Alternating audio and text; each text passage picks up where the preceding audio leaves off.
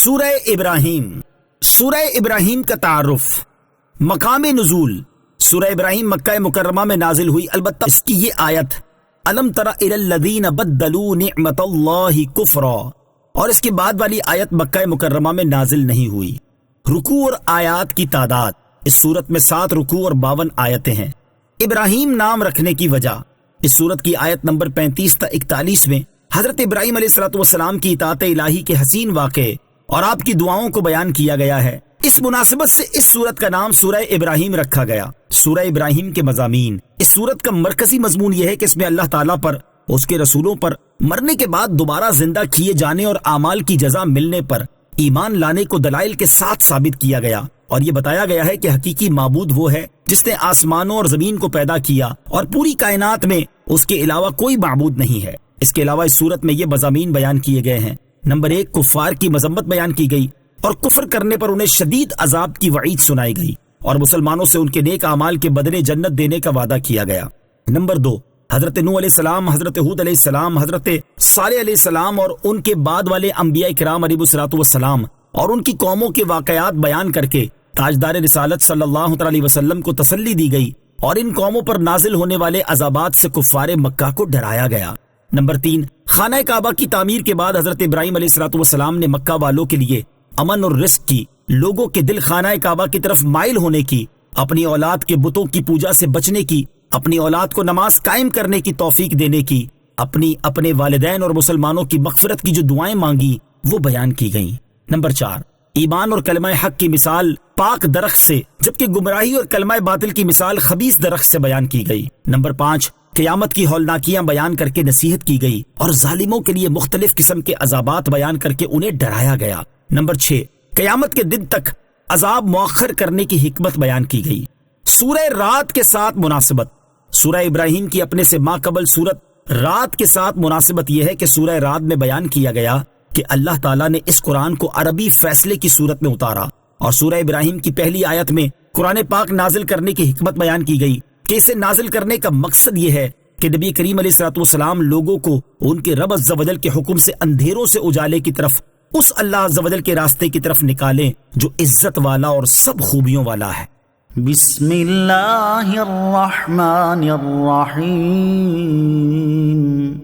ترجمہ: اللہ کے نام سے شروع جو نہایت مہربان رحمت والا ہے. الف لام را کتاب انزلناه الیک لتخرج الناس من الظلمات الی النور لتخرج الناس من الظلمات إلى النور بإذن ربهم إلى صراط العزيز الحميد. ترجمہ: الف لام را، یہ ایک کتاب ہے جو ہم نے تمہاری طرف نازل کی ہے تاکہ تم لوگوں کو ان کے رب کے حکم سے اندھیروں سے اجالے کی طرف، اس اللہ عز و جل کے راستے کی طرف نکالو جو عزت والا سب خوبیوں والا ہے. الف لام را، یہ حروف مقطعات میں سے ایک حرف ہے. اس کی مراد اللہ تعالیٰ ہی بہتر جانتا ہے. کتاب، یہ ایک کتاب ہے، یعنی قرآن پاک ایک کتاب ہے جو اے حبیب علیہ الصلوۃ والسلام ہم نے آپ کی طرف نازل فرمائی. اس کو نازل کرنے کی حکمت یہ ہے کہ آپ علیہ الصلوۃ والسلام لوگوں کو ان کے رب عز و جل کے حکم سے کفر، گمراہی اور جہالت کے اندھیروں سے ایمان کے اجالے کی طرف اور اس اللہ عز و جل کے راستے یعنی دین اسلام کی طرف لاؤ جو عزت والا سب خوبیوں والا ہے. دین حق کی راہ ایک ہے. امام فخر الدین رازی رحمت اللہ تعالی فرماتے ہیں، ظلمات کو جمع اور نور کو واحد کے صیغے سے ذکر فرمانے میں اس طرف اشارہ ہے کہ دین حق کی راہ ایک ہے اور کفر و گمراہی کے راستے کثیر ہیں. ایمان اور ہدایت کا نور عطا کرنے والے. اس آیت سے یہ بھی معلوم ہوا کہ نبی کریم علیہ الصلوۃ والسلام اللہ عز و جل کے حکم سے لوگوں کو ظلمت کفر سے نکال کر ایمان کی روشنی میں داخل کرتے ہیں. کوئی شخص صرف قرآن سے بغیر حضور پرنور علیہ الصلوۃ والسلام کے واسطے ہدایت نہیں پا سکتا. نور ہدایت کا ذریعہ صرف حضور اکرم علیہ الصلوۃ والسلام کی ذات مبارکہ ہے. اللہ الذی لہ ما فی السماوات وما فی الارض وَوَيْلٌ لِّلْكَافِرِينَ مِنْ عَذَابٍ شَدِيدٍ۔ ترجمہ: اللہ جس کی ملکیت میں ہر وہ چیز ہے جو آسمانوں میں ہے اور جو زمین میں ہے، اور کافروں کے لیے ایک سخت عذاب کی خرابی ہے۔ اللہ الذی لہ، اللہ جس کی ملکیت میں ہے، یعنی اس اللہ عز و جل کے راستے کی طرف لاؤ جو عزت والا، سب خوبیوں والا ہے۔ ہر وہ چیز جو آسمانوں میں ہے اور جو زمین میں ہے، وہ سب کا خالق و مالک ہے، سب اس کے بندے اور مملوک ہیں، تو اس کی عبادت سب پر لازم ہے، اور اس کے سوا کسی کی عبادت روا نہیں۔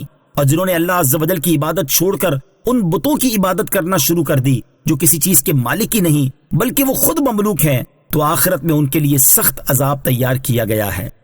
الذين يستحبون الحياة الدنيا على الآخرة ويصدون عن سبيل الله ويبغونها عوجا أولئك في ضلال بعيد۔ ترجمہ: جو آخرت کی بجائے دنیا کی زندگی کو پسند کرتے ہیں اور اللہ کی راہ سے روکتے ہیں اور اس میں ٹیڑھا پن تلاش کرتے ہیں، وہ دور کی گمراہی میں ہیں۔ الذین یستحبون الحیات الدنیا، جو دنیا کی زندگی کو پسند کرتے ہیں۔ اس آیت میں ان کفار کے چند اوصاف بیان کیے گئے ہیں جنہیں اس سے پہلی آیت میں آخرت کے شدید عذاب کی وعید سنائی گئی۔ چنانچہ فرمایا گیا کہ وہ دنیا کی زندگی کو پسند کرتے ہیں اور اسے اخروی زندگی پر ترجیح دیتے ہیں، لوگوں کو اللہ تعالیٰ کا دین قبول کرنے سے روکتے ہیں اور دین میں ٹیڑھا پن تلاش کرتے ہیں۔ دین میں ٹیڑھا پن تلاش کرنے کی صورتیں، دین میں ٹیڑھا پن تلاش کرنے کی دو صورتیں ہیں۔ ایک یہ کہ لوگوں کو سیدھا راستہ اختیار کرنے سے روک دینا، دوسری یہ کہ حق مذہب کے بارے میں لوگوں کے دلوں میں شکوک و شبہات ڈالنے کی اور جس قدر ہو سکے ہیلوں وغیرہ کا سہارا لے کر حق مذہب میں برائیاں ظاہر کرنے کی کوشش کرنا۔ علم کا لبادہ اوڑھ کر حق مذہب سے بھٹکانے والے عبرت پکڑیں۔ اس سے معلوم ہوا کہ جو آخرت کی بجائے دنیا کی زندگی کو پسند کرتے ہیں وہ عملی طور پر گمراہ ہیں، اور جو لوگوں کو اللہ تعالیٰ کے راستے اور دین سے روکتے ہیں وہ گمراہ کرنے والے ہیں۔ حضرت عبداللہ ابن عباس رضی اللہ تعالیٰ عنہما فرماتے ہیں، جو شخص بھی دنیا کی زیب و زینت اور اس کی رنگینیوں کو آخرت کی نعمتوں پر ترجیح دے اور آخرت کی بجائے دنیا میں ہی رہنے کو پسند کرے اور حضور پر نور علیہ الصلوۃ والسلام کے لائے ہوئے دین سے لوگوں کو روکے، تو وہ اس آیت کے عموم میں داخل ہے، وہ خود گمراہ اور لوگوں کو گمراہ کرنے والا ہے۔ اس آیت سے ان لوگوں کو عبرت پکڑنی چاہیے جو علم کا لبادہ اوڑھ کر لوگوں کو مذہب حق سے دور کرنے کی کوشش میں مصروف ہیں اور دین میں نئے نئے مذہب نکال کر امت کی وحدت کا شرازہ بکھیرنے کی سعی کر رہے ہیں۔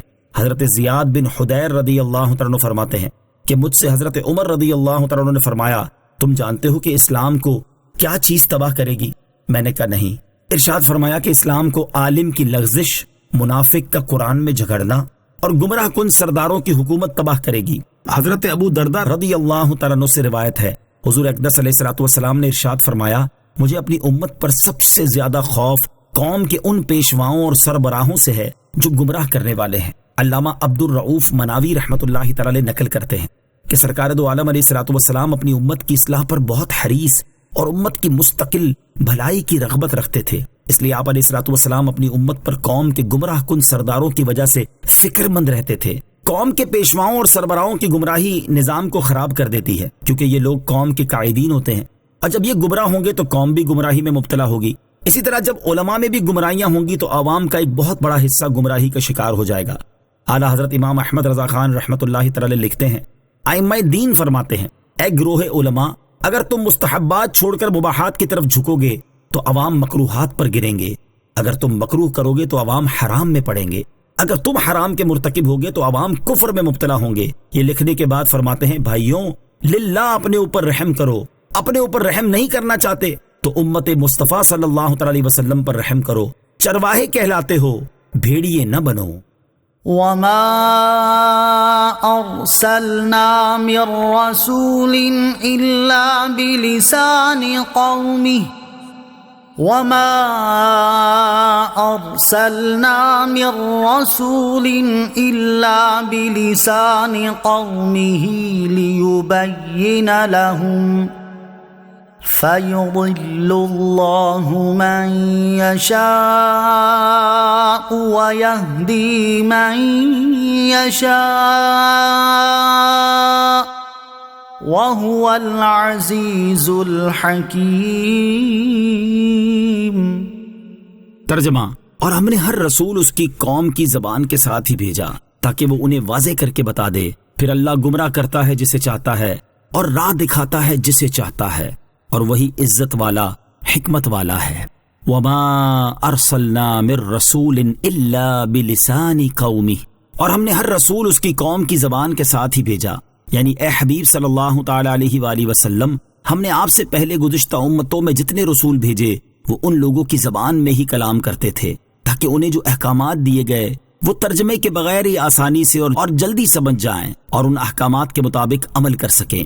آیت میں مذکور لفظ رسول میں حضور انور صلی اللہ تعالی علیہ وآلہ وسلم اور ان کے علاوہ تمام انبیاء و مرسلین علیہم الصلوۃ والسلام داخل ہیں، یعنی ہر رسول کو اس کی قوم کی زبان کے ساتھ مبعوث فرمایا۔ قرآن مجید کو صرف عربی زبان میں ہی کیوں نازل کیا گیا؟ نبی کریم علیہ الصلوۃ والسلام تمام مخلوق کے رسول ہیں، لیکن قرآن کو ہر زبان میں نازل نہیں کیا گیا کیونکہ ہزاروں کی تعداد میں زبانیں ہر زمانے میں بولی جاتی رہی ہیں، تو قرآن کو ہر زبان میں نازل کرنا کئی اور طرح کی پیچیدگیوں کا باعث ہوتا، لہٰذا اس وقت کی روئے زمین کی سب سے مرکزی اور مطلقاً فصاحت و بلاغت کے اعتبار سے سب سے اعلیٰ زبان یعنی عربی میں قرآن کو نازل کیا گیا تاکہ رسول عربی صلی اللہ تعالی علیہ وآلہ وسلم قرآن پاک کی اپنے قول و عمل سے بہترین تشریح فرما دیں اور پھر آپ کی امت دنیا بھر کی زبانوں میں ان تعلیمات کو منتقل کر دے۔ فَيُضِلُّ اللَّهُ مَن يَشَاءُ، پھر اللہ گمراہ کرتا ہے جسے چاہتا ہے، یعنی رسول کی ذمہ داری صرف تبلیغ کر دینا اور احکام پہنچا دینا ہے، جبکہ ہدایت دینا اور گمراہ کرنا اللہ تعالیٰ کے ذمے ہے، اور اللہ تعالیٰ جسے چاہے ہدایت دیتا ہے اور جسے چاہے گمراہ کرتا ہے، وہی غالب ہے اور اس پر کوئی غالب نہیں ہو سکتا، وہی اپنے کاموں میں حکمت والا ہے۔ وَلَقَدْ أَرْسَلْنَا مُوسَى بِآيَاتِنَا أَنْ أَخْرِجْ قَوْمَكَ مِنَ الظُّلُمَاتِ إِلَى النُّورِ وَذَكِّرْهُمْ بِأَيَّامِ اللَّهِ إِنَّ فِي ذَلِكَ لَآيَاتٍ لِكُلِّ صَبَّارٍ شَكُورٍ۔ ترجمہ: اور بے شک ہم نے موسیٰ کو اپنی نشانیاں دے کر بھیجا کہ اپنی قوم کو اندھیروں سے اجالے میں لاؤ اور انہیں اللہ کے دن یاد دلاؤ، بے شک اس میں ہر بڑے صبر کرنے والے شکر گزار کے لیے نشانیاں ہیں۔ وَلَقَدْ أَرْسَلْنَا مُوسَى بِآيَاتِنَا، اور بے شک ہم نے موسیٰ کو اپنی نشانیاں دے کر بھیجا۔ اس سے پہلی آیت میں اللہ تعالیٰ نے ارشاد فرمایا تھا کہ اللہ تعالیٰ نے رسول کریم علیہ الصلوۃ والسلام کو لوگوں کی طرف اس لیے بھیجا تاکہ آپ ان کو اندھیروں سے روشنی کی طرف نکال لائیں۔ اس کے بعد اللہ تعالیٰ نے ان انعامات کا ذکر فرمایا جو نبی اکرم علیہ الصلوۃ والسلام اور ان کی قوم کو عطا فرمائے تھے، اور اس آیت میں اللہ تعالیٰ نے گزشتہ انبیاء کرام علیہ الصلوۃ والسلام کا ذکر فرمایا کہ جب اللہ تعالیٰ نے انہیں ان کی قوموں کی طرف بھیجا تو ان لوگوں نے اپنے نبیوں اور رسولوں علیہ الصلوۃ والسلام کے ساتھ کیسا معاملہ کیا تاکہ رسول اللہ صلی اللہ تعالی علیہ وسلم اپنی قوم کی طرف سے پہنچنے والی اذیتوں پر صبر فرمائیں اور انہیں یہ بتا دیا جائے کہ سابقہ انبیاء کرام علیہ الصلوۃ والسلام اور ان کی قوموں کے درمیان کس قسم کا معاملہ ہوا تھا۔ اسی سلسلے میں اللہ تعالیٰ نے بعض انبیاء کرام علیہ الصلوۃ والسلام کے واقعات بیان فرمائے، ان میں سب سے پہلے حضرت موسیٰ علیہ الصلوۃ والسلام کا واقعہ بیان فرمایا۔ یاد رہے کہ آیت میں مذکور نشانیوں سے وہ معجزات مراد ہیں جو حضرت موسیٰ علیہ الصلوۃ والسلام دے کر بھیجے گئے تھے، جیسے عصا کا سانپ بن جانا، ہاتھ کا روشن ہو جانا اور دریا کا پھٹ جانا وغیرہ۔ ان اخرج قومک من الظلمات الی النور، کہ اپنی قوم کو اندھیروں سے اجالے میں لاؤ۔ اس سے یہ بتانا مقصود ہے کہ تمام انبیاء کرام علیہ الصلوۃ والسلام کی بعثت کا مقصد ایک ہی ہے کہ وہ اللہ تعالیٰ کی مخلوق کو کفر کے اندھیروں سے ہدایت اور ایمان کی روشنی کی طرف لانے کی کوشش کریں۔ وَذَكِّرْهُمْ بِأَيَّامِ اللَّهِ، اور انہیں اللہ کے دن یاد دلاؤ۔ قاموس میں ہے کہ اللہ عز و جل کے دنوں سے اللہ عز و جل کی نعمتیں مراد ہیں۔ حضرت عبداللہ ابن عباس، حضرت ابی بن کعب، امام مجاہد اور حضرت قتادہ رضی اللہ تعالی عنہم نے بھی ایام اللہ کی تفسیر اللہ کی نعمتیں فرمائی ہے۔ مقاتل کا قول ہے کہ ایام اللہ سے وہ بڑے بڑے واقعات مراد ہیں جو اللہ عز و جل کے حکم سے واقع ہوئے۔ بعض مفسرین نے فرمایا کہ ایام اللہ سے وہ دن مراد ہیں جن میں اللہ عز و جل نے اپنے بندوں پر انعام کیے، جیسے کہ بنی اسرائیل کے لیے من و سلوہ اتارنے کا دن، حضرت موسیٰ علیہ السلام کے لیے دریا میں راستہ بنانے کا دن۔ بظاہر نعمت الہی ملنے کے ایام والا معنی زیادہ قوی ہے کہ اگلی آیت میں حضرت موسیٰ علیہ السلام نے اپنے عمل سے اسی کو واضح فرمایا ہے۔ اسی سے مسلمانوں کا نبی کریم علیہ السلام کی ولادت مبارکہ کا جشن منانا بھی ثابت ہوتا ہے کہ ایام اللہ میں سب سے بڑی نعمت کا دن سرکار دو عالم صلی اللہ تعالی علیہ وسلم کی ولادت کا دن ہے، لہٰذا اس کی یاد قائم کرنا بھی اس آیت کے حکم میں داخل ہے۔ اسی طرح اور بزرگوں پر جو اللہ تعالیٰ کی نعمتیں ہوئیں یا جن ایام میں عظیم واقعات پیش آئے، ان کی یادگاریں قائم کرنا بھی اللہ تعالیٰ کے دن یاد دلانے میں داخل ہے۔ ان فی ذلک لآیات لکل صبار شکور، بے شک اس میں ہر بڑے صبر کرنے والے شکر گزار کے لیے نشانیاں ہیں، یعنی بے شک ان ایام اللہ میں ہر اس شخص کے لیے اللہ تعالیٰ کی عظمت، قدرت اور وحدانیت پر دلالت کرنے والی نشانیاں ہیں، جو اللہ تعالیٰ کی اطاعت اور مصیبتوں پر بڑا صبر کرنے والا اور اللہ تعالیٰ کی نعمتوں پر بڑا شکر گزار ہے۔ مسلمانوں کو صبر و شکر کی نصیحت امام فخر الدین رازی رحمۃ اللہ تعالی فرماتے ہیں، اس آیت میں اس بات کی تنبیہ کی گئی ہے کہ ہر مسلمان پر لازم ہے کہ زندگی میں اگر اس پر ایسا وقت آئے جو اس کی طبیعت کے مطابق اور اس کے ارادے کے موافق ہو تو وہ اللہ عز و جل کا شکر کرے، اور اگر ایسا وقت آئے جو اس کی طبیعت کے مطابق نہ ہو تو صبر کرے۔ اور حضرت صہیب رضی اللہ تعالیٰ عنہ سے روایت ہے، حضور پرنور علیہ السلام نے ارشاد فرمایا، مسلمان مرد پر تعجب ہے کہ اس کے سارے کام خیر ہیں۔ یہ بات مومن مرد کے سوا کسی کو حاصل نہیں ہوتی کہ اگر اسے راحت پہنچے تو وہ شکر ادا کرتا ہے، لہٰذا اس کے لیے راحت خیر ہے، اور اگر اسے تکلیف پہنچے تو وہ صبر کرتا ہے، لہٰذا صبر اس کے لیے بہتر ہے۔ اللہ تعالیٰ ہمیں عافیت عطا فرمائے، اور اگر کوئی تکلیف پہنچے تو صبر کرنے، اور جب راحت ملے تو شکر کرنے کی توفیق عطا فرمائے، آمین۔ وَإِذْ قَالَ مُوسَى لِقَوْمِهِ اذْكُرُوا نِعْمَةَ اللَّهِ عَلَيْكُمْ إِذْ أَنْجَاكُمْ مِنْ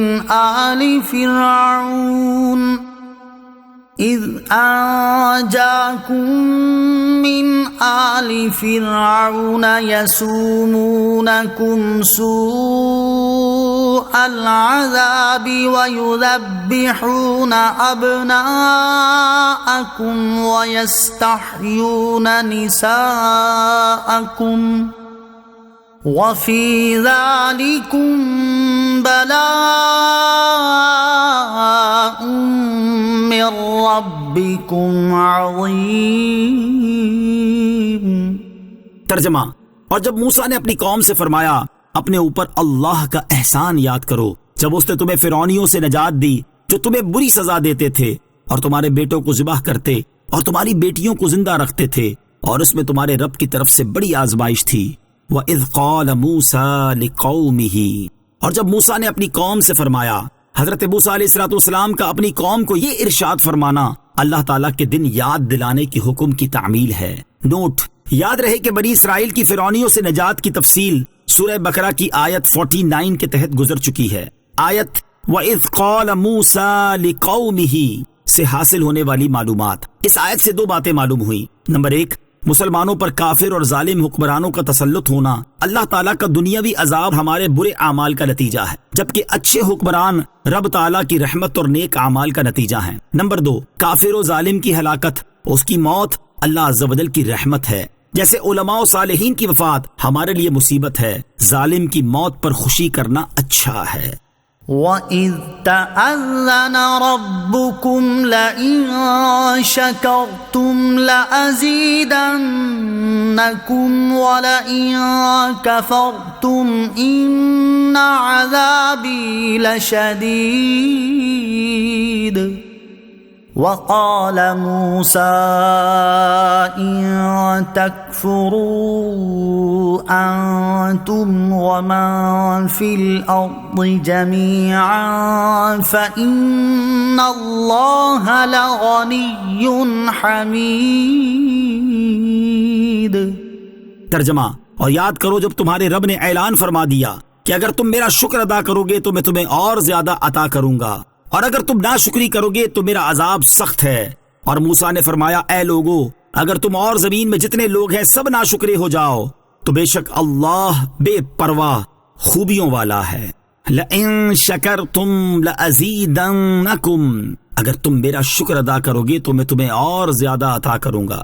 حضرت موسیٰ علیہ السلام نے اپنی قوم سے فرمایا، اے بنی اسرائیل یاد کرو جب تمہارے رب نے اعلان فرما دیا کہ اگر تم اپنی نجات اور دشمن کی ہلاکت کی نعمت پر میرا شکر ادا کرو گے اور ایمان و عمل صالح پر ثابت قدم رہو گے تو میں تمہیں اور زیادہ نعمتیں عطا کروں گا، اور اگر تم کفر و معصیت کے ذریعے میری نعمت کی ناشکری کرو گے تو میں تمہیں سخت عذاب دوں گا۔ شکر کی حقیقت، اس آیت سے معلوم ہوا کہ شکر سے نعمت زیادہ ہوتی ہے۔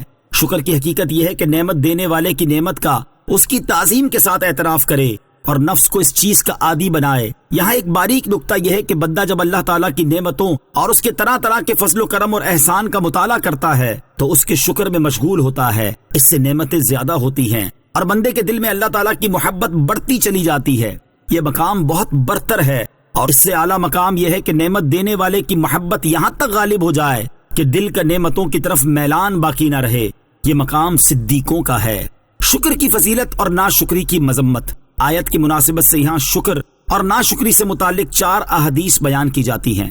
نمبر 1، حضرت عبداللہ ابن مسعود رضی اللہ تعالیٰ عنہ سے روایت ہے، سرکار دو عالم صلی اللہ تعالیٰ علیہ وسلم نے ارشاد فرمایا، جسے شکر کرنے کی توفیق ملی وہ نعمت کی زیادتی سے محروم نہ ہوگا، کیونکہ اللہ تعالیٰ نے ارشاد فرمایا ہے لَإِن شَكَرْتُمْ لَأَزِيدَنَّكُمْ، یعنی اگر تم میرا شکر ادا کرو گے تو میں تمہیں اور زیادہ عطا کروں گا۔ جسے توبہ کرنے کی توفیق عطا ہوئی تو وہ توبہ کی قبولیت سے محروم نہ ہوگا، کیونکہ اللہ تعالیٰ نے ارشاد فرمایا ہے وَهُوَ الَّذِي يَقْبَلُ التَّوْبَةَ عَنْ عِبَادِهِ، یعنی اور وہی ہے جو اپنے بندوں سے توبہ قبول فرماتا ہے۔ نمبر 2، حضرت نعمان بن بشیر رضی اللہ تعالیٰ عنہ سے روایت ہے، حضور اقدس صلی اللہ تعالیٰ علیہ وسلم نے ارشاد فرمایا، جو تھوڑی نعمتوں کا شکر ادا نہیں کرتا وہ زیادہ نعمتوں کا بھی شکر ادا نہیں کرتا، اور جو لوگوں کا شکر ادا نہیں کرتا وہ اللہ تعالیٰ کا بھی شکر ادا نہیں کرتا، اور اللہ تعالیٰ کی نعمتوں کو بیان کرنا شکر ہے اور انہیں بیان نہ کرنا ناشکری ہے۔ نمبر 3، حضرت حسن رضی اللہ تعالیٰ عنہ فرماتے ہیں، مجھے یہ حدیث پہنچی ہے کہ اللہ تعالیٰ جب کسی قوم کو نعمت عطا فرماتا ہے تو ان سے شکر ادا کرنے کا مطالبہ فرماتا ہے۔ جب وہ شکر کریں تو اللہ تعالیٰ ان کی نعمت کو زیادہ کرنے پر قادر ہے، اور جب وہ ناشکری کریں تو اللہ تعالیٰ ان کو عذاب دینے پر قادر ہے، اور وہ ان کی نعمت کو ان پر عذاب بنا دیتا ہے۔ نمبر 4، سنن ابو داؤد میں ہے کہ رسول کریم علیہ الصلوۃ والسلام نے حضرت معاذ بن جبل رضی اللہ تعالیٰ عنہ کو ہر نماز کے بعد یہ دعا مانگنے کی وصیت فرمائی، اللہم اعنی علی ذکرک و شکرک و حسن عبادتک، یعنی اے اللہ عز و جل تو اپنے ذکر، اپنے شکر اور اچھے طریقے سے اپنی عبادت کرنے پر میری مدد فرما۔ اللہ تعالیٰ اپنے فضل سے ہمیں کثرت کے ساتھ اپنا ذکر اور شکر کرنے کی توفیق عطا فرمائے اور اپنی نعمتوں کی ناشکری کرنے سے محفوظ فرمائے، آمین۔ أَلَمْ يَأْتِكُمْ نَبَأُ الَّذِينَ مِن قَبْلِكُمْ قَوْمِ نُوحٍ وَعَادٍ وَثَمُودَ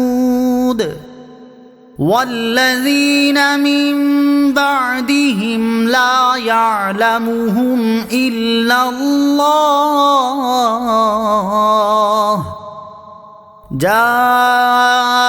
جاءتهم رسلهم بالبينات فردوا أيديهم في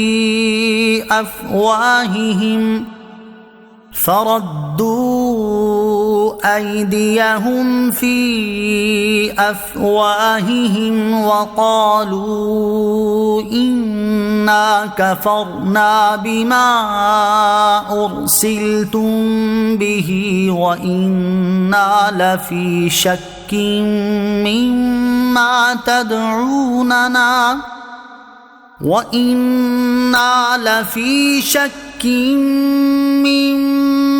تدعوننا إليه مريب۔ ترجمہ، کیا تمہارے پاس ان لوگوں کی خبریں نہ آئیں جو تم سے پہلے تھے، یعنی نوح کی قوم اور عاد اور سمود، اور جو ان کے بعد ہوئے جنہیں اللہ ہی جانتا ہے؟ ان کے پاس ان کے رسول روشن دلائل لے کر تشریف لائے تو وہ اپنے ہاتھ اپنے منہ کی طرف لے گئے اور کہنے لگے، ہم اس کے ساتھ کفر کرتے ہیں جس کے ساتھ تمہیں بھیجا گیا ہے، اور بے شک جس راہ کی طرف تم ہمیں بلا رہے ہو اس کی طرف سے ہم دھوکے میں ڈالنے والے شک میں ہیں۔ الم یأتکم نبأ الذین من قبلکم، کیا تمہارے پاس ان لوگوں کی خبریں نہ آئیں جو تم سے پہلے تھے؟ اس آیت سے مقصود یہ ہے کہ حضور اقدس علیہ الصلوۃ والسلام سابقہ قوموں کی ہلاکت و بربادی کے واقعات سے اپنی امت کو ڈرائیں تاکہ وہ عبرت حاصل کریں۔ نوٹ: حضرت نوح علیہ السلام کی قوم عاد اور سمود کی ہلاکت و بربادی کے واقعات سورہ اعراف اور سورہ ہود میں گزر چکے ہیں۔ والذین من بعدہم، اور جو ان کے بعد ہوئے، ان تینوں امتوں کے بعد کچھ امتیں ایسی گزری ہیں جن کی تعداد اللہ تعالیٰ ہی جانتا ہے، کیونکہ اس کا علم ہر چیز کا احاطہ کیے ہوئے ہے۔ ہمیں ان کے بارے میں اصلاً کوئی خبر نہیں پہنچی۔ فردوا ایدیہم فی افواہہم، تو وہ اپنے ہاتھوں کو اپنے منہ میں لے گئے۔ حضرت عبداللہ ابن مسعود رضی اللہ تعالیٰ عنہ اس آیت کی تفسیر میں فرماتے ہیں کہ وہ غصے میں آ کر اپنے ہاتھ کاٹنے لگے۔ حضرت عبداللہ ابن عباس رضی اللہ تعالیٰ عنہ نے فرمایا کہ انہوں نے کتاب اللہ سن کر تعجب سے اپنے منہ پر ہاتھ رکھے، غرض یہ کوئی نہ کوئی انکار کی ادا تھی۔ قالت رسلهم أفي الله شك فاطر السماوات والأرض يدعوكم ليغفر لكم من ذنوبكم ويؤخركم إلى أجل مسمى قالوا إن أنتم إلا بشر مثلنا تريدون أن تصدونا عما كان يعبد آباؤنا فأتونا بسلطان مبين۔ ترجمہ: ان کے رسولوں نے فرمایا، کیا اس اللہ کے بارے میں شک ہے جو آسمانوں اور زمین کا بنانے والا ہے؟ وہ تمہیں بلاتا ہے تاکہ تمہارے گناہوں کو بخش دے اور ایک مقررہ مدت تک تمہیں مہلت دے۔ انہوں نے کہا، تم تو ہمارے جیسے آدمی ہو، تم چاہتے ہو کہ ہمیں ان سے روک دو جن کی ہمارے باپ دادا عبادت کرتے رہے ہیں، تو تم کوئی واضح دلیل لے کر آؤ۔ قالت رسلہم، ان کے رسولوں نے فرمایا۔ آیت کا خلاصہ یہ ہے کہ سابقہ قوموں کے رسولوں علیہ السلام نے انہیں جواب دیتے ہوئے فرمایا، کیا تم اس اللہ تعالیٰ کی توحید کے بارے میں شک کر رہے ہو جو زمین و آسمان کا خالق ہے؟ یہ شک کیسے کیا جا سکتا ہے جبکہ اللہ تعالیٰ کی وحدانیت کی عقلی اور نقلی دلیلیں تو انتہائی ظاہر ہیں۔ وہ تمہیں اپنی اطاعت اور ایمان کی طرف بلاتا ہے تاکہ جب تم ایمان لے آؤ تو حقوق العباد کے علاوہ تمہارے سابقہ گناہوں کو بخش دے اور تمہاری مقررہ مدت پوری ہونے تک تمہیں عذاب کے بغیر زندگی کی مہلت دے۔ قوموں نے جواب دیا، تم تو ظاہر میں ہمیں اپنی مثل معلوم ہوتے ہو، پھر کیسے مانا جائے کہ ہم تو نبی نہ ہوئے اور تمہیں یہ فضیلت مل گئی؟ تم اپنی باتوں سے یہ چاہتے ہو کہ ہم ان بتوں کی عبادت کرنے سے رک جائیں جن کی ہمارے باپ دادا عبادت کرتے رہے ہیں۔ تم کوئی واضح دلیل لے کر آؤ جس سے تمہارے دعوے کی صحت ثابت ہو۔ ان کا یہ کلام عناد اور سرکشی کی وجہ سے تھا، اور باوجود یہ کہ انبیاء کرام علیہ السلام نشانیاں لا چکے تھے، معجزات دکھا چکے تھے، پھر بھی انہوں نے نئی دلیل مانگی اور پیش کیے ہوئے معجزات کو کل عدم قرار دیا۔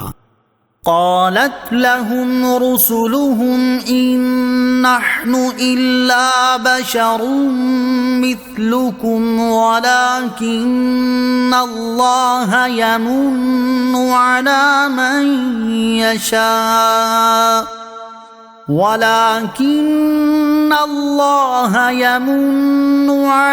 من يشاء من عباده وما كان لنا أن نأتيكم بسلطان إلا بإذن الله وعلى الله فليتوكل المؤمنون۔ ترجمہ: ان کے رسولوں نے ان سے فرمایا، ہم تمہارے جیسے ہی انسان ہیں، لیکن اللہ اپنے بندوں میں سے جس پر چاہتا ہے احسان فرماتا ہے، اور ہمیں کوئی حق نہیں کہ ہم اللہ کے حکم کے بغیر کوئی دلیل تمہارے پاس لے آئیں، اور مسلمانوں کو اللہ ہی پر بھروسہ کرنا چاہیے۔ قالت لہم رسلہم، ان کے رسولوں نے ان سے فرمایا۔ آیت کا خلاصہ یہ ہے کہ جب کافروں نے اپنے رسولوں علیہ السلام سے یہ کہا کہ تم تو ہمارے جیسے آدمی ہو، تو رسولوں علیہ السلام نے انہیں جواب دیا، اچھا یہی مانو کہ ہم واقعی تمہارے جیسے ہی انسان ہیں، لیکن اللہ تعالیٰ اپنے بندوں میں سے جس پر چاہتا ہے احسان فرماتا ہے، اور نبوت اور رسالت کے ساتھ اسے برگزیدہ کرتا ہے، اور اس منصب عظیم کے ساتھ مشرف فرماتا ہے، اور ہمیں کوئی حق نہیں کہ نبوت اور رسالت کے منصب پر فائز ہونے کی وجہ سے اللہ تعالیٰ کے حکم کے بغیر ہم اپنی صداقت پر دلالت کرنے والی کوئی دلیل اور معجزہ تمہارے پاس لے آئیں۔ اور مسلمانوں کو اللہ عز و جل پر بھروسہ کرنا چاہیے، وہی دشمنوں کے شر دور کرتا اور اس سے محفوظ رکھتا ہے۔ وما لنا ألا نتوكل على الله وقد هدانا سبلنا ولنصبرن على ما آذيتمونا وعلى الله فليتوكل المتوكلون۔ ترجمہ، اور ہمیں کیا ہے کہ ہم اللہ پر بھروسہ نہ کریں، حالانکہ اس نے تو ہمیں ہماری راہیں دکھائی ہیں، اور تم جو ہمیں ستا رہے ہو ہم ضرور اس پر صبر کریں گے، اور بھروسہ کرنے والوں کو اللہ ہی پر بھروسہ کرنا چاہیے۔ وما لنا الا نتوکل علی اللہ، اور ہمیں کیا ہے کہ ہم اللہ پر بھروسہ نہ کریں، یعنی ہم سے ایسا ہو نہیں سکتا کہ ہم اللہ تعالیٰ پر بھروسہ نہ کریں، کیونکہ ہم جانتے ہیں کہ جو کچھ قضائے الہی میں ہے وہی ہوگا، ہمیں اس پر پورا بھروسہ اور کامل اعتماد ہے۔ اس نے تو ہمیں ہماری سعادت کی راہیں دکھائیں اور رشد و نجات کے طریقے ہم پر واضح فرما دیے، اور ہم جانتے ہیں کہ تمام امور اس کے قدرت و اختیار میں ہیں۔ خدا کی قسم، تم اپنی باتوں اور عملوں سے جو ہمیں ستا رہے ہو ہم ضرور اس پر صبر کریں گے، اور بھروسہ کرنے والوں کو اللہ عز و جل ہی پر بھروسہ کرنا چاہیے۔ توکل کی فضیلت، امام محمد غزالی رحمۃ اللہ تعالی توکل کی فضیلت بیان کرتے ہوئے لکھتے ہیں کہ اللہ تعالیٰ ارشاد فرماتا ہے وَمَن يَتَوَكَّلْ عَلَى اللَّهِ فَهُوَ حَسْبُهُ۔ ترجمہ، اور جو اللہ پر بھروسہ کرے تو وہ اسے کافی ہے، اور ارشاد ربانی ہے ان اللہ یحب المتوکلین۔ ترجمہ، بے شک اللہ توکل کرنے والوں سے محبت فرماتا ہے۔ تو وہ مقام کتنا عظیم ہے جس پر فائز شخص کو اللہ تعالیٰ کی محبت حاصل ہو، اور اس کو اللہ تعالیٰ کی طرف سے کفایت کی زمان بھی حاصل ہو۔ تو جس شخص کے لیے اللہ تعالیٰ کفایت فرمائے، اس سے محبت کرے اور اس کی رعایت فرمائے، اس نے بہت بڑی کامیابی حاصل کی، کیونکہ جو محبوب ہوتا ہے اسے نہ تو عذاب ہوتا ہے، نہ دوری ہوتی ہے، اور نہ ہی وہ پردے میں ہوتا ہے۔ نیز اللہ تعالیٰ ارشاد فرماتا ہے وَمَن يَتَوَكَّلْ عَلَى اللَّهِ فَإِنَّ اللَّهَ عَزِيزٌ حَكِيمٌ۔ ترجمہ، اور جو اللہ پر توکل کرے تو بے شک اللہ غالب حکمت والا ہے، یعنی ایسا غالب اور عزت والا ہے کہ جو کوئی اس کی پناہ میں آ جائے وہ ذلیل اور رسوا نہیں ہوتا، جو اس کی بارگاہ بے کس پناہ میں پناہ لیتا ہے اور اس کی حمایت میں آ جاتا ہے وہ پستی کا شکار نہیں ہوتا۔ وہ ایسا حکیم ہے کہ جو کوئی اس کی تدبیر پر بھروسہ کرتا ہے اس کی تدبیر میں کوئی کوتاہی نہیں ہوتی۔ توکل کا ایک مفہوم، حضرت ابو تراب رضی اللہ تعالیٰ عنہ کا قول ہے کہ توکل بدن کو عبودیت میں ڈالنے، دل کو ربوبیت کے ساتھ متعلق رکھنے، عطا پر شکر اور مصیبت پر صبر کرنے کا نام ہے۔ وقال الذين كفروا لرسلهم لنخرجنكم من أرضنا أو لتعودن في ملتنا فأوحى إليهم ربهم لنهلكن الظالمين وَلَنُسْكِنَنَّكُمُ الْأَرْضَ مِنْ بَعْدِهِمْ ذَلِكَ لِمَنْ خَافَ مَقَامِي وَخَافَ وَعِيدِ۔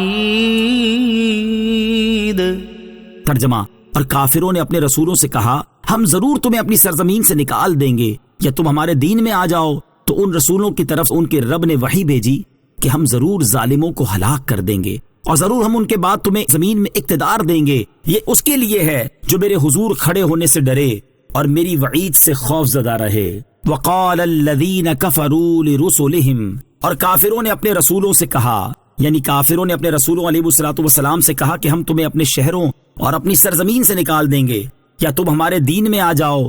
کافروں کی ان باتوں کے بعد اللہ تعالیٰ نے اپنے انبیاء اور رسولوں علیہ السلام کی طرف وحی فرمائی کہ ان کے کاموں کا انجام ہلاکت و بربادی ہے، لہٰذا تم ان کی وجہ سے فکر مند نہ ہو۔ وَلَنُسْكِنَنَّكُمُ الْأَرْضَ مِن بَعْدِهِمْ، اور ضرور ہم ان کے بعد تمہیں زمین میں اقتدار دیں گے۔ امام محمد بن جریر رحمۃ اللہ تعالی فرماتے ہیں اس آیت میں اللہ تعالیٰ نے اپنے انبیاء علیہ السلام سے کافروں کے خلاف مدد کرنے کا وعدہ فرمایا ہے۔ جب رسولوں علیہ السلام کی امتیں کفر میں حد سے بڑھ گئیں اور انہوں نے اپنے رسولوں علیہ السلام کو اذیتیں پہنچانے کی دھمکیاں دیں، تو اللہ تعالیٰ نے رسولوں علیہ السلام کی طرف وحی فرمائی کہ ان کی امتوں میں سے جنہوں نے کفر کیا اللہ تعالیٰ انہیں ہلاک کر دے گا اور تمہاری مدد فرمائے گا۔ در حقیقت ان آیات میں اللہ تعالیٰ کی طرف سے نبی کریم علیہ الصلوۃ والسلام کی قوم کے مشرکین کے لیے وعید ہے کہ اگر وہ اپنے کفر اور رسول اللہ صلی اللہ تعالیٰ علیہ وسلم کے خلاف جرت کرنے سے باز نہ آئے تو ان کا انجام بھی سابقہ امتوں کے کافروں جیسا ہوگا۔ اور حضور پرنور علیہ الصلوۃ والسلام کے لیے ان آیات میں ثابت قدمی کی ترغیب اور ان کی قوم کی طرف سے پہنچنے والی اذیتوں پر صبر کی تلقین ہے کہ جس طرح سابقہ انبیاء کرام علیہ الصلوۃ والسلام نے اپنی امتوں کے کفار کی زیادتیوں اور ظلم و ستم پر صبر کیا، اسی طرح آپ علیہ الصلوۃ والسلام بھی اپنی امت کے کفار کی اذیتوں پر صبر فرمائیں۔ انجام کار یہ ہوگا کہ اللہ تعالیٰ ان کافروں کو ہلاک کر دے گا اور آپ علیہ الصلوۃ والسلام کو فتح و نصرت عطا فرمائے گا۔ سابقہ امتوں میں اللہ تعالیٰ کا یہی طریقہ کار رہا ہے۔ ذالک لمن، یہ اس کے لیے ہے جو، یعنی اللہ تعالیٰ نے جو یہ وحی فرمائی ہے کہ وہ ظالموں کو ہلاک کرنے کے بعد مومنوں کو ان کی سرزمین میں آباد کر دے گا، یہ بشارت اس کے لیے ثابت ہے جو قیامت کے دن اللہ تعالیٰ کی بارگاہ میں پیش ہونے سے ڈرتا ہو اور اللہ تعالیٰ نے آخرت میں اپنے عذاب کے بارے میں جو بتایا ہے اس سے خوف زدہ ہو، اللہ تعالیٰ کی اطاعت کرتا ہو اور اسے ناراض کرنے والے کاموں سے بچتا ہو۔ واستفتحوا وخاب كل جبار عنيد من ورائه جهنم ويسقى من ماء صديد يتجرعه ولا يكاد يسيغه ويأتيه الموت من كل مكان وما هو بميت ومن ورائه عذاب غليظ۔ ترجمہ، اور انہوں نے فیصلہ طلب کیا اور ہر سرکش ہٹ دھرم ناکام ہو گیا، جہنم اس کے پیچھے ہے اور اسے پیپ کا پانی پلایا جائے گا، بڑی مشکل سے اس کے تھوڑے تھوڑے گھونٹ لے گا اور ایسا لگے گا نہیں کہ اسے گلے سے اتار لے، اور اسے ہر طرف سے موت آئے گی اور وہ مرے گا نہیں، اور اس کے پیچھے ایک اور سخت عذاب ہوگا۔ واستفتحوا، اور انہوں نے فیصلہ طلب کیا۔ اس آیت کا معنی یہ ہے کہ جب انبیاء کرام علیہ الصلوۃ والسلام کو اپنی قوموں کے ایمان قبول کر لینے کی امید نہ رہی تو انہوں نے اللہ تعالیٰ سے اپنی قوموں کے خلاف مدد طلب کی اور اللہ عز و جل سے ان پر عذاب نازل کر دینے کی دعا کی۔ دوسرا معنی یہ ہے کافروں نے یہ گمان رکھتے ہوئے اپنے اور رسولوں علیہ الصلوۃ والسلام کے درمیان اللہ تعالیٰ سے فیصلہ طلب کیا کہ وہ حق پر ہیں اور انبیاء کرام علیہ الصلوۃ والسلام حق پر نہیں۔ وخاب کل جبار عنید، اور ہر سرکش ہٹ دھرم ناکام ہو گیا۔ اس آیت کا معنی یہ ہے کہ انبیاء کرام علیہ الصلوۃ والسلام کی مدد فرمائی گئی اور انہیں فتح دی گئی اور حق کے مخالف سرکش کافر نامراد ہوئے اور ان کی خلاصی کی کوئی صورت نہ رہی۔ یتجرعوہ، بڑی مشکل سے تھوڑے تھوڑے گھونٹ لے گا، یعنی جب حق کے مخالف سرکش کافر کو پیپ کا پانی پلایا جائے گا تو وہ اس کی کڑواہٹ کی وجہ سے بڑی مشکل سے تھوڑے تھوڑے گھونٹ لے گا اور اس کی قباحت و کراہت کی بنا پر ایسا لگے گا نہیں کہ وہ اسے گلے سے اتار لے، اور مختلف عذابات کی صورت میں ہر طرف سے موت کے اسباب اس کے پاس آئیں گے، لیکن وہ مرے گا نہیں کہ مر کر ہی راحت پالے، اور اسے ہر عذاب کے بعد اس سے زیادہ شدید اور سخت عذاب ہوگا۔ جہنمیوں کے مشروب کی کیفیت، اس آیت میں جہنمیوں کے جس مشروب کا ذکر ہوا اس کی کیفیت ملاحظہ ہو۔ چنانچہ حضرت ابو امامہ رضی اللہ تعالی عنہ سے روایت ہے، حضور اقدس صلی اللہ تعالی علیہ وسلم نے ارشاد فرمایا، جہنمی کو پیپ کا پانی پلایا جائے گا، جب وہ پانی منہ کے قریب آئے گا تو وہ اس کو بہت ناگوار معلوم ہوگا، اور جب اور قریب ہوگا تو اس سے چہرہ بھن جائے گا اور سر تک کی کھال جل کر گر پڑے گی، جب وہ پانی پیے گا تو اس کی آنتیں کٹ کر نکل جائیں گی۔ اللہ تعالیٰ ارشاد فرماتا ہے، وَسُقُوا مَاءً حَمِيمًا فَقَطَّعَ أَمْعَاءَهُمْ۔ ترجمہ، اور انہیں کھولتا پانی پلایا جائے گا تو وہ ان کی آنتوں کے ٹکڑے ٹکڑے کر دے گا، اور ارشاد فرمایا، وَإِن يَسْتَغِيثُوا يُغَاثُوا بِمَاءٍ كَالْمُهْلِ يَشْوِي الْوُجُوهَ بِئْسَ الشَّرَابُ وَسَاءَتْ مُرْتَفَقًا۔ ترجمہ، اور اگر وہ پانی کے لیے فریاد کریں تو ان کی فریاد اس پانی سے پوری کی جائے گی جو پگھلائے ہوئے تانبے کی طرح ہوگا، جو ان کے منہ کو بھون دے گا۔ کیا ہی برا پینا ہے، اور دوزخ کیا ہی بری ٹھہرنے کی جگہ ہے۔ اہل جنت اور اہل جہنم کو کبھی موت نہ آئے گی۔ اس آیت سے معلوم ہوا کہ جہنم میں شدید ترین عذابات میں مبتلا ہونے کے باوجود جہنمیوں کو موت نہیں آئے گی۔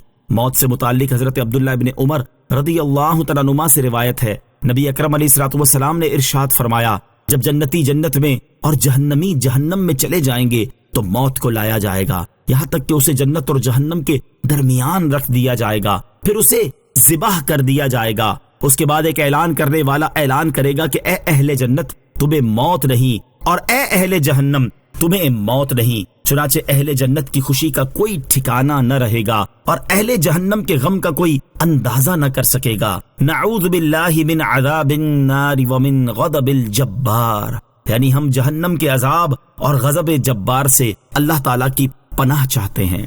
مثل الذين كفروا بربهم أعمالهم كرماد اشتدت به الريح في يوم عاصف لا يقدرون مما كسبوا على شيء ذلك هو الضلال البعيد۔ ترجمہ، اپنے رب کا انکار کرنے والوں کے اعمال راکھ کی طرح ہوں گے، جس پر آندھی کے دن میں تیز طوفان آ جائے تو وہ اپنی کمائیوں میں سے کسی شے پر بھی قادر نہ رہے، یہی دور کی گمراہی ہے۔ مثل الذین کفروا بربہم اعمالہم، اپنے رب کا انکار کرنے والوں کے اعمال کا حال۔ اس سے پہلی آیت میں اللہ تعالیٰ نے آخرت میں کفار کے مختلف عذابات کا ذکر فرمایا، اور اس آیت میں یہ ارشاد فرمایا ہے کہ کافروں کے تمام اعمال ضائع ہو گئے اور وہ آخرت میں کوئی نفع حاصل نہ کر سکیں گے، اور اس وقت ان کا نقصان مکمل طور پر ظاہر ہو جائے گا، کیونکہ دنیا میں انہوں نے اپنے گمان میں جو بھی نیک اعمال کیے ہوں گے، جیسے محتاجوں کی امداد کرنا، صلہ رحمی کرنا، والدین کے ساتھ نیک سلوک کرنا، بھوکوں کو کھانا کھلانا، مسافروں کی معاونت کرنا اور بیماروں کی خبر گیری کرنا وغیرہ، وہ ایمان نہ ہونے کی وجہ سے آخرت میں باطل ہو جائیں گے، اور یہی مکمل نقصان ہے۔ اس آیت میں کفار کے اعمال کی جو مثال بیان کی گئی، اس کا خلاصہ یہ ہے کہ جس طرح تیز آندھی راکھ کو اڑا کر لے جاتی ہے اور اس راکھ کے اجزاء اس طرح منتشر ہو جاتے ہیں کہ اس کا کوئی اثر، نشان اور خبر باقی نہیں رہتی، اسی طرح کافروں کے تمام اعمال کو ان کے کفر نے باطل کر دیا، اور ان اعمال کو اس طرح ضائع کر دیا کہ ان کی کوئی خبر اور نشان باقی نہ رہا۔ کافر کے نیک اعمال آخرت میں اسے فائدہ نہ دیں گے۔ اس آیت سے معلوم ہوا کہ آخرت میں وہی نیک اعمال فائدہ دیں گے جو ایمان لانے کے بعد کیے گئے ہوں گے، اور جو نیک اعمال حالت کفر میں کیے گئے ہوں گے اور نیک اعمال کرنے والا حالت کفر میں ہی مرا ہوگا تو اسے ان نیک اعمال کا آخرت میں کوئی فائدہ نہ ہوگا، جیسا کہ ایک اور مقام پر اللہ تعالیٰ ارشاد فرماتا ہے، وَقَدِمْنَا إِلَى مَا عَمِلُوا مِنْ عَمَلٍ فَجَعَلْنَاهُ هَبَاءً مَنثُورًا۔ ترجمہ، اور انہوں نے جو کوئی عمل کیا ہوگا ہم اس کی طرف قصد کر کے باریک غبار کے بکھرے ہوئے ذروں کی طرح بے وقعت بنا دیں گے جو روشن دان کی دھوپ میں نظر آتے ہیں۔ اور حضرت انس بن مالک رضی اللہ تعالی عنہ سے روایت ہے، نبی اکرم صلی اللہ تعالی علیہ وآلہ وسلم نے ارشاد فرمایا، جس مومن کو دنیا میں کوئی نیکی دی جاتی ہے اللہ تعالیٰ اس پر ظلم نہیں کرے گا، اسے آخرت میں بھی جزا دی جائے گی، اور رہا کافر تو اس نے دنیا میں جو اللہ عز و جل کے لیے نیکیاں کی ہیں ان کا اجر اسے دنیا میں دے دیا جائے گا، اور جب وہ آخرت میں پہنچے گا تو اس کے پاس کوئی ایسی نیکی نہ ہوگی جس کی اسے جزا دی جائے۔ أَلَمْ تَرَ أَنَّ اللَّهَ خَلَقَ السَّمَاوَاتِ وَالْأَرْضَ بِالْحَقِّ إِن يَشَأْ يُذْهِبْكُمْ وَيَأْتِ بِخَلْقٍ جَدِيدٍ وَمَا ذَلِكَ عَلَى اللَّهِ بِعَزِيزٍ۔ ترجمہ، کیا تو نے نہ دیکھا کہ اللہ نے آسمان اور زمین حق کے ساتھ بنائے، وہ اگر چاہے تو اے لوگو تمہیں لے جائے اور ایک نئی مخلوق لے آئے، اور یہ اللہ پر کچھ دشوار نہیں۔ الم ترا، کیا تو نے نہ دیکھا؟ یعنی اللہ تعالیٰ نے زمین و آسمان کو باطل اور بیکار پیدا نہیں فرمایا، بلکہ ان کی پیدائش میں بڑی حکمتیں ہیں۔ ان یشاء یذھبکم، وہ اگر چاہے تو اے لوگو تمہیں لے جائے، یعنی جو آسمانوں اور زمینوں کو حق کے ساتھ پیدا کرنے پر قادر ہے، وہ ایک قوم کو فنا کر دینے کے بعد نئی مخلوق پیدا کرنے پر بدرجائے اولا قادر ہے، کیونکہ جو کسی سخت اور مشکل چیز کو پیدا کرنے پر قادر ہو، وہ سہل اور آسان چیز پیدا کرنے پر بدرجائے اولا قادر ہوگا۔ اور یہ ظاہری سمجھانے کے اعتبار سے کلام ہے، ورنہ اللہ عز و جل کے لیے ابتداء و اعادہ سب برابر ہے۔ حضرت عبداللہ ابن عباس رضی اللہ تعالی عنہما فرماتے ہیں، اس آیت میں کفار مکہ سے خطاب ہے کہ اے کافروں کے گروہ، میں تمہیں ختم کر کے تمہاری جگہ اور مخلوق پیدا کر دوں گا جو میری فرما بردار اور اطاعت گزار ہوگی۔ اللہ تعالیٰ اپنی نافرمانی پر فوراً سزا نہیں دیتا۔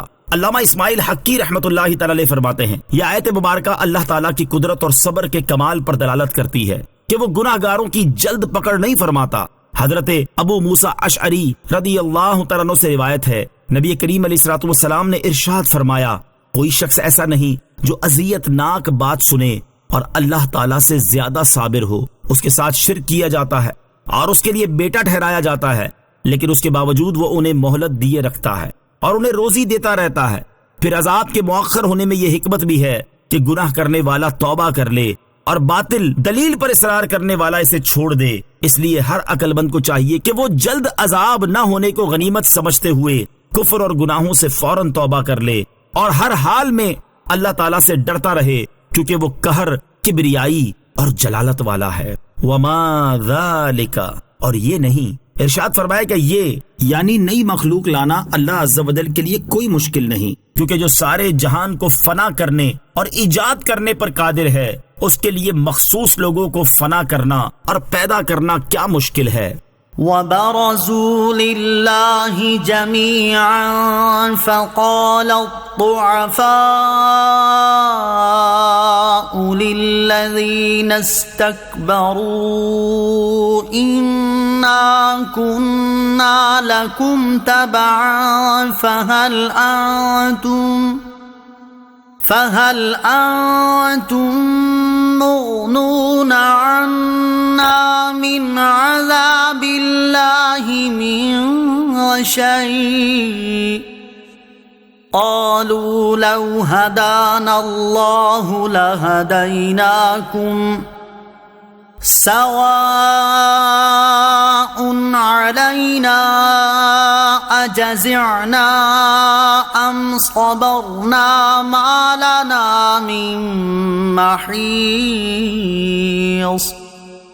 ترجمہ، اور سب اللہ کے حضور اعلانیہ حاضر ہوں گے تو جو کمزور تھے بڑے لوگوں سے کہیں گے، ہم تمہارے تابع تھے، تو کیا تم اللہ کے عذاب میں سے کچھ ہم سے دور کر سکتے ہو؟ وہ کہیں گے، اگر اللہ ہمیں ہدایت دیتا تو ہم تمہیں بھی ہدایت دے دیتے۔ اب ہم پر برابر ہے کہ بے قراری کا اظہار کریں یا صبر کریں، ہمارے لیے کہیں کوئی پناہ گاہ نہیں۔ وَبَرَزُوا لِلَّهِ جَمِيعًا، اور سب اللہ کے حضور اعلانیہ حاضر ہوں گے۔ اس آیت میں اللہ تعالیٰ نے قیامت کے دن کفار کے آپس میں اور شیطان کے ساتھ بحث کرنے کی خبر دی ہے۔ آیت کا خلاصہ یہ ہے کہ قیامت کے دن سب اپنی قبروں سے نکل کر اللہ تعالیٰ کے حضور اعلانیہ حاضر ہوں گے، تاکہ اللہ تعالیٰ ان سے حساب لے اور ان کے اعمال کے مطابق انہیں جزا دے۔ تو اس وقت وہ لوگ جو کمزور تھے اور دولت مندوں اور با اثر لوگوں کی پیروی میں انہوں نے کفر اختیار کیا تھا، وہ بڑے لوگوں اور قائدین سے کہیں گے کہ دین اور اعتقاد میں ہم تمہارے تابع تھے، تو کیا تم اس بات پر قادر ہو کہ اللہ تعالیٰ نے جو عذاب ہمارے لیے مقرر فرمایا اس میں سے کچھ ہم سے دور کر سکو؟ ان کا یہ کلام توبیخ اور عناد کے طور پر ہوگا کہ دنیا میں تم نے ہمیں گمراہ کیا تھا اور راہ حق سے روکا تھا اور بڑھ بڑھ کر باتیں کیا کرتے تھے، اب تمہارے وہ دعوے کہاں گئے؟ اب اس عذاب میں سے ذرا سا تو ٹال دو۔ کافروں کے سردار اس کے جواب میں کہیں گے، اگر اللہ عز و جل ہمیں دنیا میں ایمان کی ہدایت دیتا تو ہم تمہیں بھی ہدایت دے دیتے، جب خود ہی گمراہ ہو رہے تھے تو تمہیں کیا راہ دکھاتے؟ اب خلاصی کی کوئی صورت نہیں، نہ کافروں کے لیے شفاعت۔ آؤ روئیں اور فریاد کریں۔ چنانچہ 500 برس فریاد اور گریہ وزاری کرتے رہیں گے۔ جب یہ ان کے کچھ کام نہ آئے گی تو کہیں گے اب صبر کر کے دیکھو، شاید اس سے کچھ کام نکلے۔ چنانچہ 500 برس صبر کریں گے۔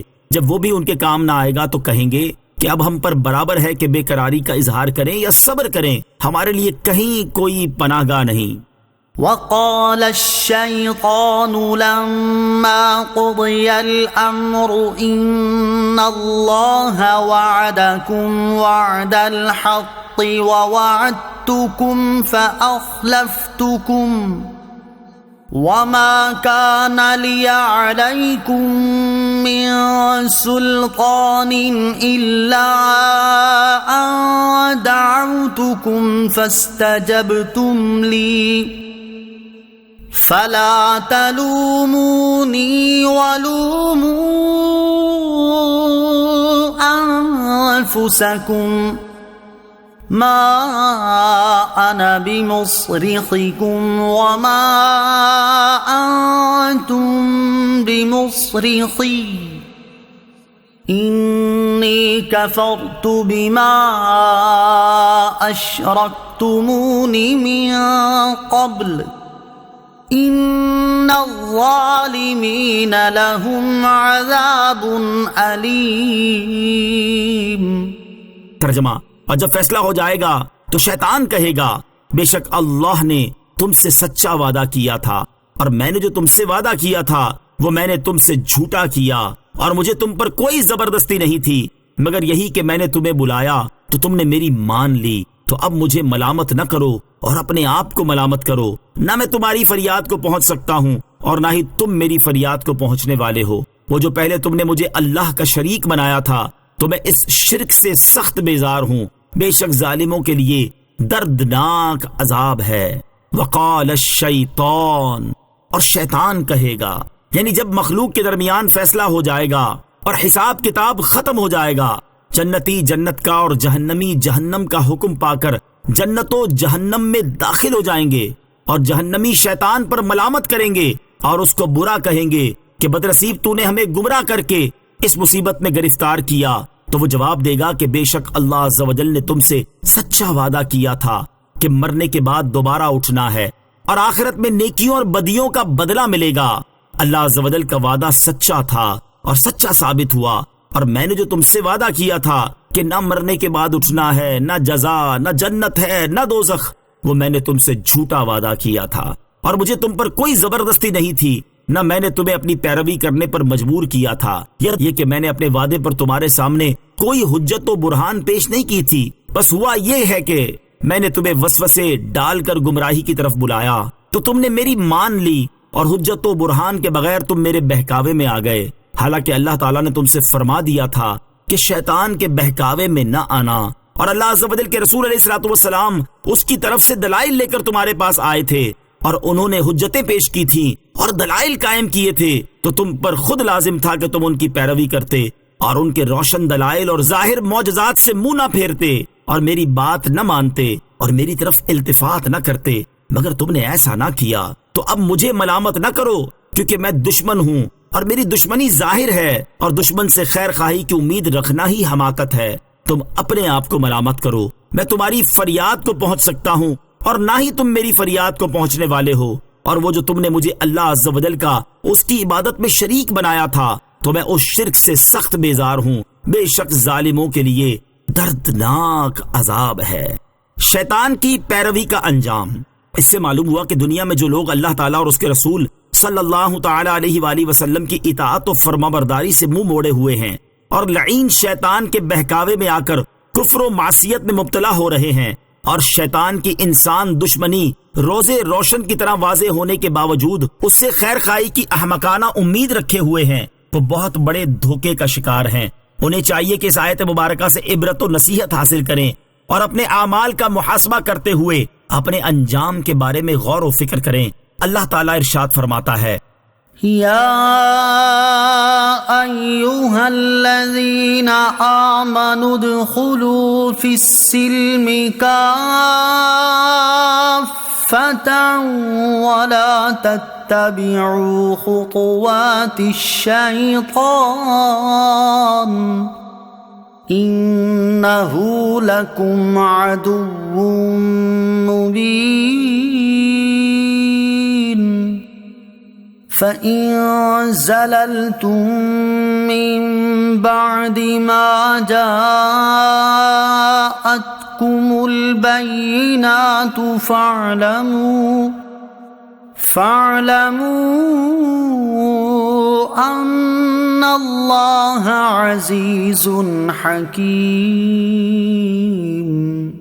ترجمہ: اے ایمان والو، اسلام میں پورے داخل ہو جاؤ اور شیطان کے قدموں پر نہ چلو، بے شک وہ تمہارا کھلا دشمن ہے، اور اگر تم اپنے پاس روشن دلائل آ جانے کے بعد بھی لغزش کھاؤ تو جان لو کہ اللہ زبردست حکمت والا ہے۔ اور ارشاد فرماتا ہے: یا ایھا الناس ان وعد اللہ حق فلا تغرنکم الحیاۃ الدنیا ولا یغرنکم باللہ الغرور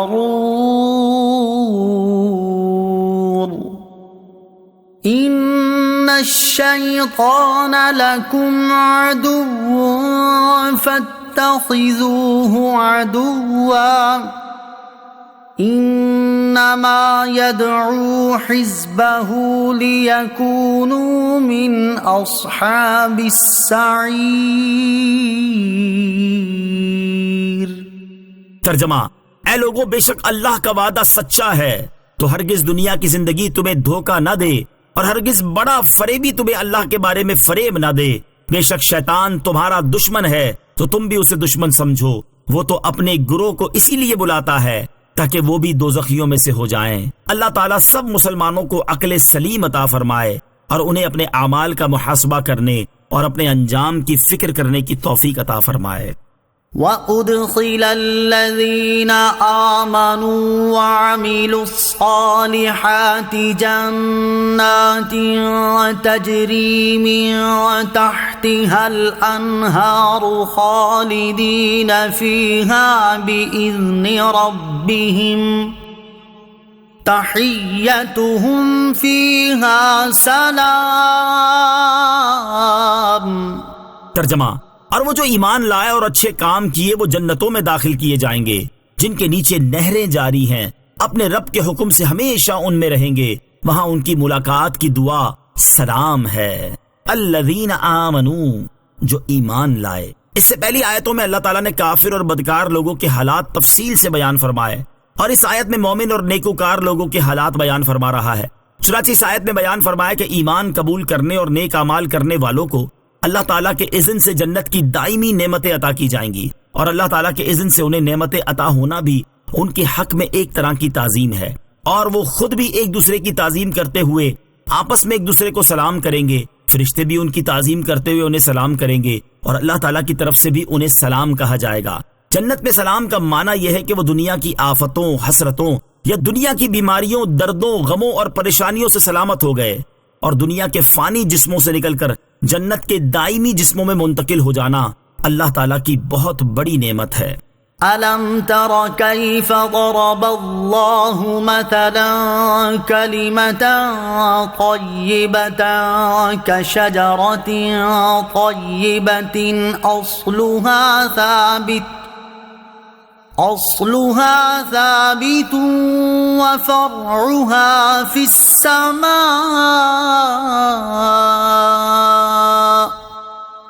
تُؤْتِي أُكُلَهَا كُلَّ حِينٍ بِإِذْنِ رَبِّهَا وَيَضْرِبُ اللَّهُ الْأَمْثَالَ لِلنَّاسِ لَعَلَّهُمْ يَتَذَكَّرُونَ۔ ترجمہ: کیا تم نے نہ دیکھا کہ اللہ نے کلمہ پاک کی کیسی مثال بیان فرمائی ہے؟ جیسے ایک پاکیزہ درخت ہو جس کی جڑ قائم ہو اور اس کی شاخیں آسمان میں ہوں، ہر وقت اپنے رب کے حکم سے پھل دیتا ہے، اور اللہ لوگوں کے لیے مثالیں بیان فرماتا ہے تاکہ وہ سمجھیں۔ الم ترا، کیا تم نے نہ دیکھا؟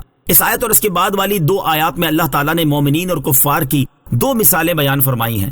چنانچہ اس آیت اور اس کے بعد والی آیت کے ابتدائی حصے میں مذکور مثال کا خلاصہ یہ ہے کہ جس طرح کھجور کے درخت کی جڑیں زمین کی گہرائی میں موجود ہوتی ہیں اور اس کی شاخیں آسمان میں پھیلی ہوئی ہوتی ہیں، اور وہ اللہ تعالیٰ کے حکم سے ہر وقت پھل دیتا ہے، ایسے ہی کلمہ ایمان ہے کہ اس کی جڑ مومن کے دل کی زمین میں ثابت اور مضبوط ہوتی ہے، اور اس کی شاخیں یعنی عمل آسمان میں پہنچتے ہیں، اور اس کے ثمرات یعنی برکت و ثواب ہر وقت حاصل ہوتے ہیں۔ پاکیزہ بات اور پاکیزہ درخت۔ حضرت عبداللہ ابن عباس رضی اللہ تعالیٰ عنہما فرماتے ہیں کہ اس آیت میں پاکیزہ بات سے لا الہ الا اللہ کہنا مراد ہے، اور پاکیزہ درخت سے مراد کھجور کا درخت ہے۔ پاکیزہ درخت سے متعلق اور بھی اقوال ہے۔ مومن مرد کی مثال درخت۔ حضرت عبداللہ ابن عمر رضی اللہ تعالیٰ عنہما فرماتے ہیں کہ ہم سرکار دو عالم علیہ الصلوۃ والسلام کی بارگاہ میں حاضر تھے کہ آپ علیہ الصلوۃ والسلام نے صحابہ کرام علیہ رضوان سے ارشاد فرمایا، مجھے اس درخت کے بارے میں بتاؤ جو مرد مومن کی مثل ہے، اس کے پتے نہیں گرتے اور وہ ہر وقت پھل دیتا ہے۔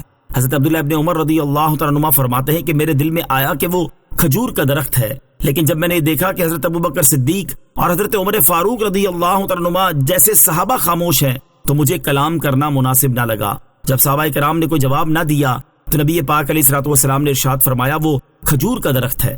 مجلس برخاست ہونے کے بعد میں نے اپنے والد ماجد حضرت عمر رضی اللہ تعالیٰ عنہ سے عرض کی، جب حضور پر نور علیہ الصلوۃ والسلام نے دریافت فرمایا تھا تو میرے دل میں آیا تھا کہ یہ کھجور کا درخت ہے، لیکن جب میں نے دیکھا کہ بڑے بڑے صحابہ کرام رضی اللہ تعالیٰ عنہم تشریف فرما ہیں اور وہ کوئی جواب نہیں دے رہے تو میں بھی خاموش رہا۔ حضرت عمر رضی اللہ تعالیٰ عنہ نے فرمایا اگر تم بتا دیتے تو مجھے بہت خوشی ہوتی۔ وَيَضْرِبُ اللَّهُ الْأَمْثَالَ لِلنَّاسِ، اور اللہ لوگوں کے لیے مثالیں بیان فرماتا ہے، یعنی اللہ تعالیٰ لوگوں کے لیے مثالیں اس لیے بیان فرماتا ہے تاکہ وہ نصیحت حاصل کریں اور ایمان لائیں، کیونکہ مثالوں سے معنی اچھی طرح دل میں اتر جاتے ہیں۔ وَمَثَلُ كَلِمَةٍ خَبِيثَةٍ كَشَجَرَةٍ خَبِيثَةٍ اجْتُثَّتْ مِنْ فَوْقِ الْأَرْضِ مَا لَهَا مِنْ قَرَارٍ۔ ترجمہ، اور گندی بات کی مثال اس گندے درخت کی طرح ہے جو زمین کے اوپر سے کاٹ دیا گیا ہو تو اب اسے کوئی قرار نہیں۔ وَمَثَلُ كَلِمَةٍ خَبِيثَةٍ، اور گندی بات کی مثال۔ اس آیت میں مذکور مثال کا خلاصہ یہ ہے کہ گندی بات یعنی کفریہ کلام کی مثال اندرائن جیسے کڑوے مزے اور ناگوار بو والے پھل کے درخت کی طرح ہے جو زمین کے اوپر سے کاٹ دیا گیا ہو تو اب اسے کوئی قرار نہیں، کیونکہ اس کی جڑیں زمین میں ثابت و مستحکم نہیں اور نہ ہی اس کی شاخیں بلند ہوتی ہیں۔ یہی حال کفریہ کلام کا ہے کہ اس کی کوئی اصل ثابت نہیں اور وہ کوئی دلیل و حجت نہیں رکھتا جس سے اسے استحکام ملے، اور نہ اس میں کوئی خیر و برکت ہے کہ وہ قبولیت کی بلندی پر پہنچ سکے۔ يثبت الله الذين آمنوا بالقول الثابت في الحياة الدنيا وفي الآخرة ويضل الله الظالمين ويفعل الله ما يشاء۔ ترجمہ، اللہ ایمان والوں کو حق بات پر دنیا کی زندگی میں اور آخرت میں ثابت قدم رکھتا ہے، اور اللہ ظالموں کو گمراہ کرتا ہے، اور اللہ جو چاہتا ہے کرتا ہے۔ یثبت اللہ، اللہ ثابت رکھتا ہے، یعنی اللہ تعالیٰ ایمان والوں کو دنیا کی زندگی میں کلمہ ایمان پر ثابت رکھتا ہے کہ وہ آزمائش اور مصیبت کے وقتوں میں بھی صبر کرتے ہیں، ایمان پر قائم رہتے ہیں اور راہ حق اور سیدھے دین سے نہیں ہٹتے، حتیٰ کہ ان کی زندگی کا خاتمہ ایمان پر ہوتا ہے، اور آخرت یعنی قبر میں بھی اللہ تعالیٰ انہیں ثابت رکھتا ہے، کیونکہ قبر آخرت کی سب سے پہلی منزل ہے۔ قبر میں مومن کلمہ ایمان پر کس طرح ثابت رہتا ہے، اس کی تفصیل اس حدیث پاک میں ہے۔ چنانچہ حضرت براء بن عازب رضی اللہ تعالیٰ عنہ سے روایت ہے، رسول اکرم صلی اللہ تعالیٰ علیہ وسلم نے ارشاد فرمایا، مردے کے پاس دو فرشتے آ کر اسے بٹھاتے ہیں، پھر اس سے کہتے ہیں تیرا رب کون؟ وہ کہتا ہے میرا رب اللہ ہے۔ پھر کہتے ہیں تیرا دین کیا ہے؟ وہ کہتا ہے میرا دین اسلام ہے۔ پھر وہ کہتے ہیں یہ کون صاحب ہے جو تم میں بھیجے گئے؟ وہ کہتا ہے وہ رسول اللہ صلی اللہ تعالیٰ علیہ وسلم ہیں۔ فرشتے کہتے ہیں تجھے یہ کیسے معلوم ہوا؟ وہ کہتا ہے میں نے اللہ عز و جل کی کتاب پڑھی، اس پر ایمان لایا اور اسے سچا جانا۔ یہی اس آیت یثبت اللہ الذین آمنوا کی تفسیر ہے۔ حضور انور علیہ الصلوۃ والسلام نے ارشاد فرمایا، پھر آسمان سے پکارنے والا پکارتا ہے کہ میرا بندہ سچا ہے، لہٰذا اس کے لیے جنت کا بستر بچھاؤ، اسے جنت کا لباس پہناؤ اور اس کے لیے جنت کی طرف دروازہ کھول دو۔ چنانچہ اس کے لیے جنت کا دروازہ کھول دیا جاتا ہے، اس تک جنت کی ہوا اور وہاں کی خوشبو آتی ہے، اور تا حد نظر قبر میں فراخی کر دی جاتی ہے۔ اس کے بعد رسول اللہ صلی اللہ تعالیٰ علیہ وسلم نے کافر کی موت کا ذکر فرمایا کہ اس کی روح اس کے جسم میں لوٹائی جاتی ہے اور اس کے پاس دو فرشتے آتے ہیں، پھر وہ اسے بٹھا کر اس سے کہتے ہیں تیرا رب کون ہے؟ وہ کہتا ہے ہائے ہائے میں نہیں جانتا۔ پھر اس سے پوچھتے ہیں تیرا دین کیا؟ وہ کہتا ہے ہائے ہائے میں نہیں جانتا۔ پھر وہ کہتے ہیں کہ یہ کون صاحب ہے جو تم میں بھیجے گئے؟ وہ کہتا ہے ہائے ہائے میں نہیں جانتا۔ تب پکارنے والا آسمان سے پکارتا ہے کہ یہ جھوٹا ہے، لہذا اس کے لیے آگ کا بستر بچھاؤ، اسے آگ کا لباس پہناؤ اور اس کے لیے جہنم کی طرف دروازہ کھول دو، پھر اس تک وہاں کی گرمی اور بو آتی ہے اور اس پر اس کی قبر تنگ ہو جاتی ہے، حتیٰ کہ قبر میں اس کی پسلیاں ادھر کی ادھر ہو جاتی ہیں، پھر اس پر اندھے بہرے فرشتے مسلط کر دیے جاتے ہیں جن کے پاس لوہے کے ہتھوڑے ہوتے ہیں، اگر ان سے پہاڑ کو مارا جائے تو وہ بھی مٹی ہو جائے، اس ہتھوڑے سے اسے ایسی مار مارتے ہیں جسے جن و انس کے سوا مشرق و مغرب کی ہر مخلوق سنتی ہے، اس سے وہ مٹی ہو جاتا ہے، پھر اس میں روح لوٹائی جاتی ہے۔ اعاذنا اللہ تعالی من عذاب القبر وثبتنا علی الایمان، یعنی قبر کے عذاب سے اللہ تعالی ہمیں محفوظ فرمائے اور اے اللہ ہمیں ایمان پر ثابت قدمی نصیب فرما، آمین۔ 3 مجاہدین کی اسلام پر ثابت قدمی۔ یاد رہے کہ جو دنیا میں دین اسلام پر ثابت قدم رہے گا اسے ہی قبر میں اسلام پر ثابت قدمی نصیب ہوگی، اور جو دنیا میں اسلام پر ثابت قدم نہ رہا اور مصائب و مشکلات سے گھبرا کر یا کسی اور وجہ سے دین اسلام سے منحرف ہو گیا اور اسی حال میں مر گیا تو اسے قبر میں کسی صورت اسلام پر ثابت قدمی نصیب نہ ہوگی۔ ہمارے بزرگان دین کا حال یہ تھا کہ وہ دنیا کی سخت ترین تکالیف برداشت کرنا تو گوارا کر لیتے، لیکن دین اسلام سے منحرف ہونا انہیں کسی صورت میں منظور نہ تھا۔ اسی سے متعلق علامہ ابن جوزی رحمۃ اللہ تعالی علیہ نے اپنی کتاب عیون الحکایات میں 3 بہادر بھائیوں کی ایک طویل حکایت ذکر کی ہے۔ اس کا خلاصہ یہ ہے کہ 3 سگے بھائی روم کے عیسائیوں سے جہاد کی غرض سے جانے والے لشکر میں شامل ہوئے۔ دوران جہاد نے گرفتار کر کے روم کے بادشاہ کے دربار میں لے جایا گیا تو اس نے منصب و مرتبے اور عیش و عشرت کا لالچ دے کر انہیں نصرانی ہو جانے کی دعوت دی۔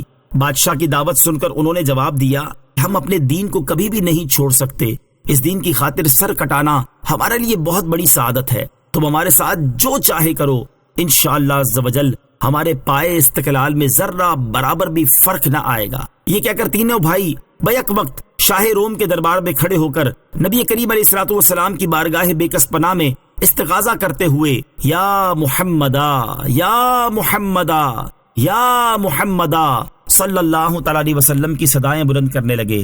جب بادشاہ نے یہ دیکھا تو اسے بہت غصہ آیا اور اس نے انہیں دردناک سزا دینے کی دھمکی دے کر دین اسلام چھوڑنے کا کہا، لیکن ان بھائیوں نے اس دھمکی کی پرواہ نہ کی تو بادشاہ نے اپنے جلدادوں کو حکم دیا کہ 3 بڑی بڑی دیگوں میں تیل ڈال کر ان کے نیچے آگ جلا دو، جب تیل خوب گرم ہو جائے اور کھولنے لگے تو مجھے اطلاع کر دینا۔ جلاد حکم پاتے ہی دوڑے اور 3 دیگوں میں تیل ڈال کر ان کے نیچے آگ لگا دی۔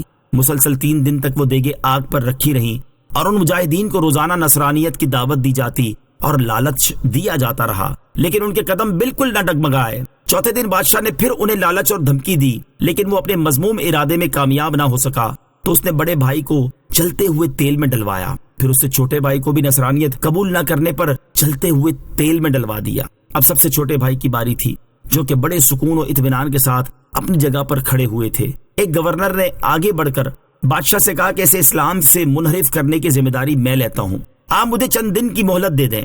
بادشاہ کے پوچھنے پر اس نے اپنا ناپاک منصوبہ بیان کیا تو بادشاہ بہت خوش ہوا اور اس مجاہد کو گورنر کے حوالے کر دیا۔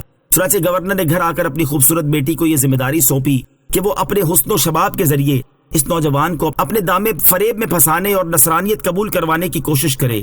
بیٹی نے اس کی حامی بھر لی اور وہ خوب سج سنور کر اس مجاہد کے پاس گئی اور اسے بہکانے کی خوب کوشش کرنے لگی، لیکن ہوا یوں کہ وہ نوجوان ساری رات نماز اور تلاوت قرآن میں مشغول رہا اور دن میں بھی ذکر الہی کرتا رہا، اور اس نے لڑکی کے حسن و شباب کی طرف نظر تک اٹھا کر نہ دیکھا۔ کئی دن کی مسلسل کوشش کے باوجود بھی جب وہ مجاہد گورنر کی بیٹی کی طرف مائل نہ ہوا تو اس لڑکی نے اپنے باپ سے کہا، یہ تو ہر وقت گمسم رہتا ہے، شاید اس کی وجہ یہ ہے کہ اس شہر میں اس کے 2 بھائیوں کو مار دیا گیا ہے، یہ ان کی یاد میں غمگین رہتا ہے اور میری طرف بالکل متوجہ نہیں ہوتا۔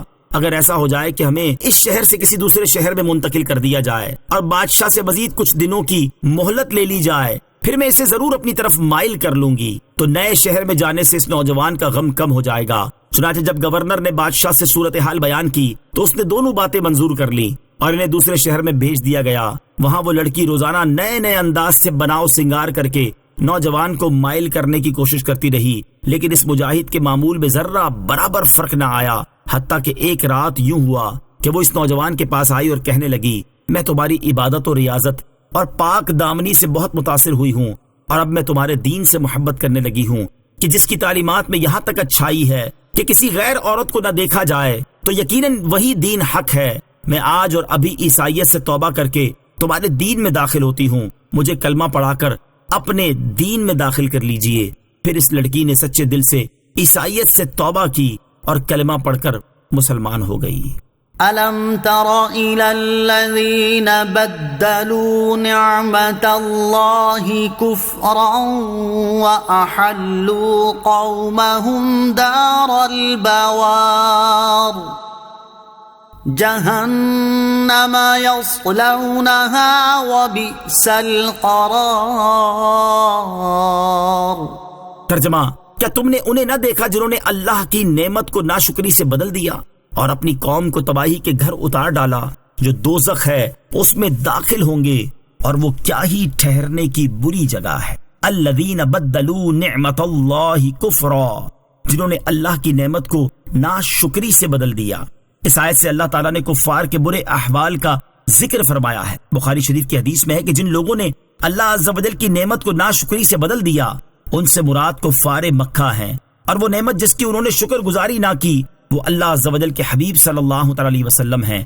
اس آیت کا معنی یہ ہے کہ اللہ تعالیٰ نے دو عالم کے سردار محمد مصطفیٰ صلی اللہ علیہ وسلم کے وجود سے کفار قریش کو نوازا اور ان کی زیارت سراپا کرامت کی سعادت سے مشرف کیا۔ اس لیے ان پر لازم تھا کہ وہ اس نعمت جلیلہ کا شکر بجا لاتے اور ان کی پیروی کر کے مزید کرم کے حقدار ہوتے، لیکن اس کی بجائے انہوں نے ناشکری کی اور نبی کریم علیہ الصلوۃ والسلام کا انکار کیا اور اپنی قوم کو جو دین میں ان کے موافق تھے ہلاکت کے گھر میں پہنچا دیا۔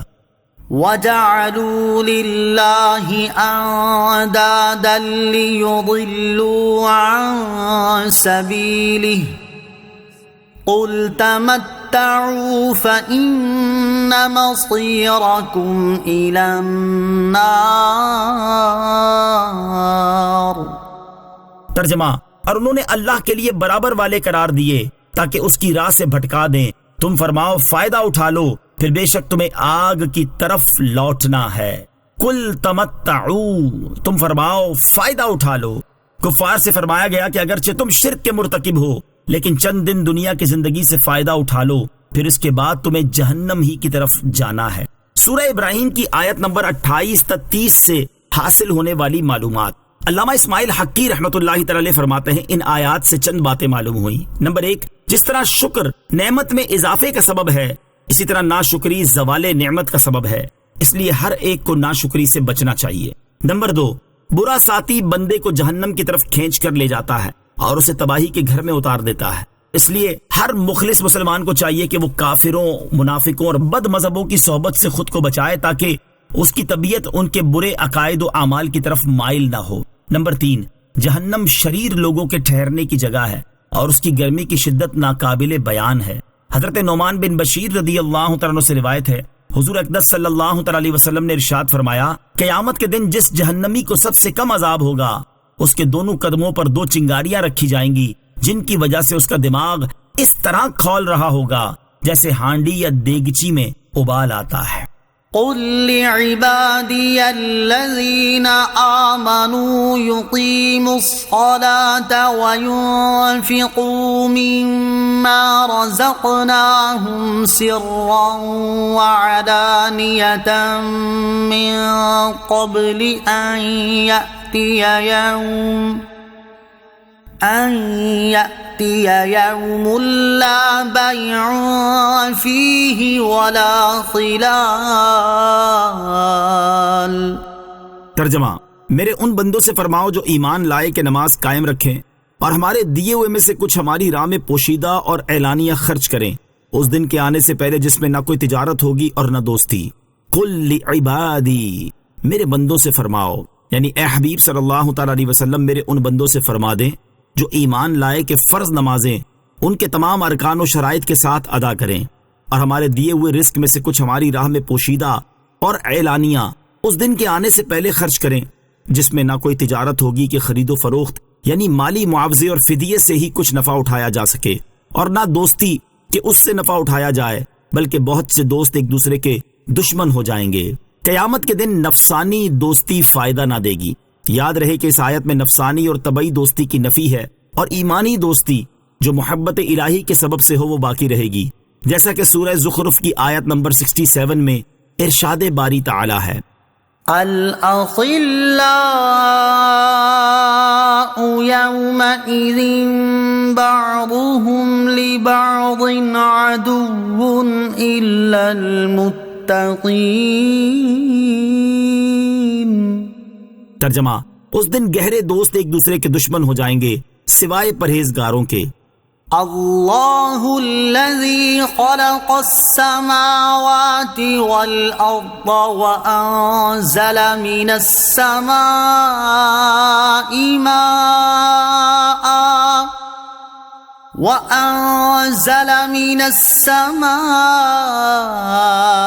ماء فأخرج به من الثمرات رزقا لكم وسخر لكم الفلك لتجري في البحر بأمره وسخر لكم الأنهار۔ ترجمہ، اللہ ہی ہے جس نے آسمان اور زمین بنائے اور آسمان سے پانی اتارا تو اس کے ذریعے تمہارے کھانے کے لیے کچھ پھل نکالے، اور کشتیوں کو تمہارے قابو میں دے دیا تاکہ اس کے حکم سے دریا میں چلے، اور دریا تمہارے قابو میں دے دیے۔ اللہ ہی ہے۔ اس سے پہلی آیات میں سعادت مندوں اور بدبختوں کے احوال بیان ہوئے، اور چونکہ سعادت کے حصول کا اہم ترین ذریعہ اللہ تعالیٰ کی ذات و صفات کی معرفت ہے، اور بدبختی کا اہم ترین سبب اس معرفت سے محرومی ہے، اس لیے سعادت مندوں اور بدبختوں کے احوال کے بعد وہ دلائل بیان فرمائے گئے ہیں جو اللہ تعالیٰ کے موجود ہونے اور اس کے علم و قدرت کے کمال پر دلالت کرتے ہیں۔ اس آیت اور اس کے بعد والی 2 آیات میں کل 10 دلائل بیان ہوئے ہیں۔ نمبر 1 آسمانوں کو پیدا کرنا، نمبر 2 زمین کو پیدا کرنا، نمبر 3 آسمان سے پانی اتار کر اس کے ذریعے لوگوں کے کھانے کے لیے کچھ پھل نکالنا، نمبر 4 کشتیوں کو لوگوں کے قابو میں دینا تاکہ وہ اللہ تعالیٰ کے حکم سے دریا میں چلے، نمبر 5 دریا لوگوں کے قابو میں دینا، نمبر 6 اور 7 سورج اور چاند کو لوگوں کے لیے کام پر لگا دینا جو برابر چل رہے ہیں، نمبر 8 اور 9 لوگوں کے لیے رات اور دن کو مسخر کر دینا، نمبر 10 لوگوں کو بہت کچھ ان کی منہ مانگی چیزیں دینا۔ اللہ الذی خلق السماوات والارض، اللہ ہی ہے جس نے آسمان اور زمین بنائے۔ اس آیت کا معنی یہ ہے کہ اللہ عز و جل ہی ہے جس نے آسمان اور زمین کو بغیر کسی چیز کے پیدا فرمایا، اور آسمان سے بارش کا پانی نازل فرمایا جس کے ذریعے درختوں اور کھیتوں کی نشو نما ہوئی تو ان پر تمہارے کھانے کے لیے پھل اگے، اور کشتیوں کو تمہارے قابو میں دے دیا تاکہ وہ اللہ عز و جل کے حکم سے دریا میں چلیں۔ تم ان کشتیوں پر سوار ہوتے ہو اور ان کے ذریعے ایک شہر سے دوسرے شہر اپنے ساز و سامان کی نقل و حمل کرتے ہو، اور دریاؤں کا پانی بھی تمہارے قابو میں دے دیا۔ خلاصہ یہ ہے کہ اے شرک کرنے والو، عبادت اور اطاعت کا مستحق وہی ہے جس کے یہ اوصاف ہیں۔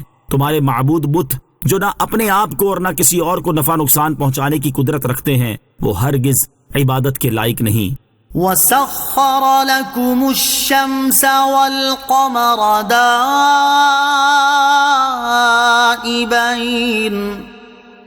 وَسَخَّرَ لَكُمُ اللَّيْلَ وَالنَّهَارَ۔ ترجمہ، اور تمہارے لیے سورج اور چاند کو کام پر لگا دیا جو برابر چل رہے ہیں، اور تمہارے لیے رات اور دن کو مسخر کر دیا۔ وَسَخَّرَ لَكُمُ الشَّمْسَ وَالْقَمَرَ، اور تمہارے لیے سورج اور چاند کو کام پر لگا دیا۔ اس آیت کا خلاصہ یہ ہے کہ اے لوگو، اللہ عز و جل ہی ہے جس نے سورج اور چاند کو تمہارے لیے کام پر لگا دیا۔ دن میں سورج طلوع ہو جاتا ہے اور رات میں چاند نکل آتا ہے تاکہ تمہاری جانوں اور معاش کی درستی رہے، اور جب سے اللہ تعالیٰ نے سورج اور چاند کو پیدا فرمایا ہے تب سے وہ اپنے اپنے محل میں گردش کر رہے ہیں، اور اسی طرح قیامت تک گردش کرتے رہیں گے۔ اپنی گردش کی وجہ سے نہ کمزور پڑیں گے اور نہ ہی ٹوٹ پھوٹ کا شکار ہوں گے، اور تمہارے منافع اور اسباب کی درستی کے لیے رات اور دن کو مسخر کر دیا ہے۔ رات جاتی ہے تو دن نکل آتا ہے، دن ختم ہوتا ہے تو رات آ جاتی ہے۔ دن میں تم اپنے معاش کے کاموں میں مصروف ہوتے ہو اور رات میں آرام کرتے ہو۔ یہ اللہ عز و جل کی تم پر رحمت ہے۔ وَآتَاكُم مِّن كُلِّ مَا سَأَلْتُمُوهُ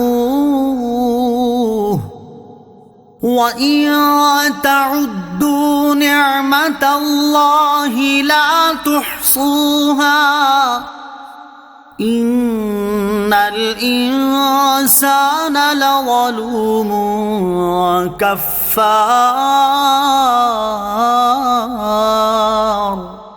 ترجمہ، اور اس نے تمہیں وہ بھی بہت کچھ دے دیا جو تم نے اس سے مانگا، اور اگر تم اللہ کی نعمتیں گنو تو انہیں شمار نہ کر سکو گے، بے شک انسان بڑا ظالم ناشکرا ہے۔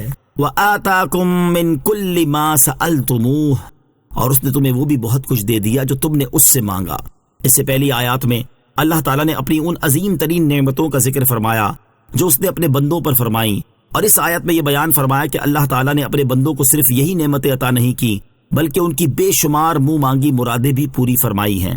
مفسرین نے اس آیت کے مختلف معنی بیان فرمائے ہیں۔ نمبر 1، تم نے جو کچھ اللہ تعالیٰ سے مانگا اس میں سے کچھ اللہ تعالیٰ نے اپنی مشیت اور حکمت کے مطابق عطا فرما دیا۔ نمبر 2، اللہ تعالیٰ نے انسان کو ہر وہ چیز عطا کر دی جس کی اسے حاجت اور ضرورت تھی، چاہے اس نے سوال کیا ہو یا نہ کیا ہو۔ نمبر 3، تمہیں ہر وہ چیز عطا کر دی جس کی تمہیں ضرورت تھی اور تم نے اس کے لیے زبان حال سے سوال کیا تھا۔ وَإِن تَعُدُّوا نِعْمَةَ اللَّهِ لَا تُحْصُوهَا، اور اگر تم اللہ کی نعمتیں گنو تو شمار نہ کر سکو گے، یعنی اللہ تعالیٰ کی اپنے بندوں پر نعمتیں اتنی زیادہ ہیں کہ اگر انہیں کوئی شمار کرنا چاہے تو ان کی کثرت کی وجہ سے انہیں شمار ہی نہیں کر سکتا۔ یہاں نعمت الہی کے حوالے سے ہم احیاء العلوم کی روشنی میں صرف ایک مثال بیان کرتے ہیں، اور اسی سے سمجھ لیں کہ ہر چیز میں اگر اللہ عز و جل کی نعمتوں کو شمار کرنے لگیں تو عین الیقین کے طور پر یہ بات سامنے آ جائے گی کہ ہم اللہ تعالیٰ کی نعمتوں کو گننا چاہیں تو گن نہیں سکتے۔ چنانچہ امام غزالی رحمۃ اللہ تعالی فرماتے ہیں، کھائی جانے والی چیزوں کی تخلیق میں اللہ تعالیٰ نے اتنے عجائبات رکھے ہیں کہ انہیں شمار ہی نہیں کیا جا سکتا۔ صرف گندم ہی کو لے لیجئے کہ جب تمہارے پاس کچھ گندم ہو اور تم اسے کھاتے رہو تو وہ گندم ختم ہو جائے گی اور تم بھوکے رہ جاؤ گے، لہٰذا تمہیں ایسا کام کرنے کی حاجت ہے کہ جس سے گندم کے دانے اتنے زیادہ ہو جائیں کہ تمہاری ضرورت کو کافی ہوں، اور وہ کام گندم کو کاشت کرنا ہے۔ اس کی صورت یہ ہوگی کہ تم گندم کے دانے کو ایسی زمین میں ڈالو جس میں پانی ہو، اور وہ پانی زمین سے مل کر گارا بن چکا ہو۔ پھر صرف پانی اور مٹی ہی کافی نہیں، کیونکہ اگر تم اس گندم کو ایسی زمین میں چھوڑ دو گے جو سخت اور باہم متصل ہو تو ہوا نہ پہنچنے کی وجہ سے گندم اگے گی ہی نہیں۔ لہٰذا ضروری ہے کہ گندم کا دانہ ایسی زمین میں چھوڑا جائے جو نرم اور پلپلی ہو تاکہ ہوا اس میں داخل ہو سکے۔ پھر ہوا خود بخود حرکت نہیں کرتی، لہٰذا ایسی آندھی کی ضرورت ہے جو ہوا کو حرکت دے اور اسے زور زور سے زمین پر مارے تاکہ وہ اس کے اندر چلی جائے۔ پھر اگر بہت زیادہ سردی ہو تو یہ سب کچھ فائدہ نہیں دیتا، لہٰذا بہار اور گرمی کی ضرورت ہوئی۔ پھر اس پانی کی طرف دیکھو جس کی گندم کاشت کرنے میں حاجت ہے، اسے اللہ تعالیٰ نے کس طرح پیدا فرمایا، پھر اس سے چشمے اور نہریں جاری فرمائیں۔ پھر بعض اوقات زمین بلندی پر ہوتی ہے اور پانی اس تک پہنچ نہیں سکتا، تو دیکھو کس طرح اللہ تعالیٰ نے بادل بنائے اور ان پر کیسے ہوا کو مسلط کیا کہ وہ اذن خداوندی سے ان کو زمین کے مختلف کناروں تک لے جائے، حالانکہ بادل پانی سے بھرے ہوئے بھاری ہوتے ہیں۔ پھر کس طرح اللہ تعالیٰ ضرورت کے مطابق بہار اور خزاں کے موسم میں بارش برساتا ہے، اور دیکھو اللہ تعالیٰ نے کس طرح پہاڑ بنائے جو پانی کی حفاظت کرتے ہیں اور ان سے بتدریج پانی نکلتا ہے۔ اگر یکدم پانی نکلے تو شہر غرق ہو جائیں اور جانور وغیرہ ہلاک ہو جائیں۔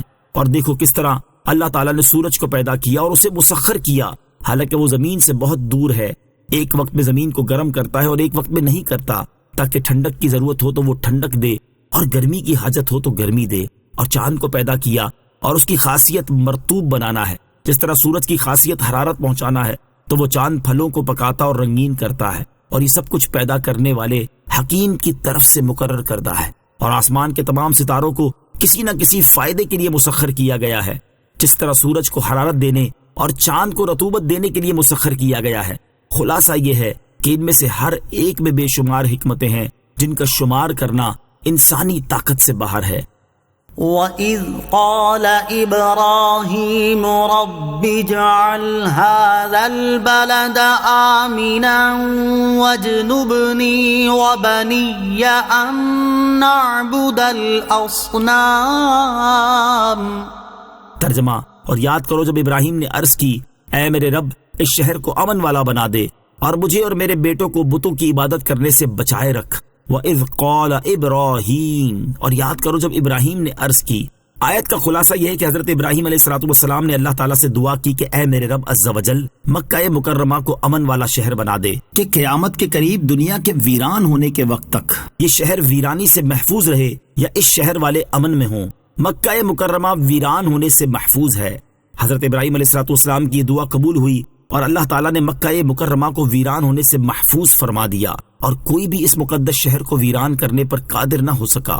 اور اس شہر کو اللہ تعالیٰ نے حرم بنایا کہ اس میں نہ کسی انسان کا خون بہایا جائے، نہ کسی پر ظلم کیا جائے، نہ وہاں شکار مارا جائے اور نہ سبزہ کاٹا جائے۔ وَجْنُبْنِي وَبَنِيَّ أَن نَعْبُدَ الْأَصْنَامَ، اور مجھے اور میرے بیٹوں کو بتوں کی عبادت کرنے سے بچائے رکھ۔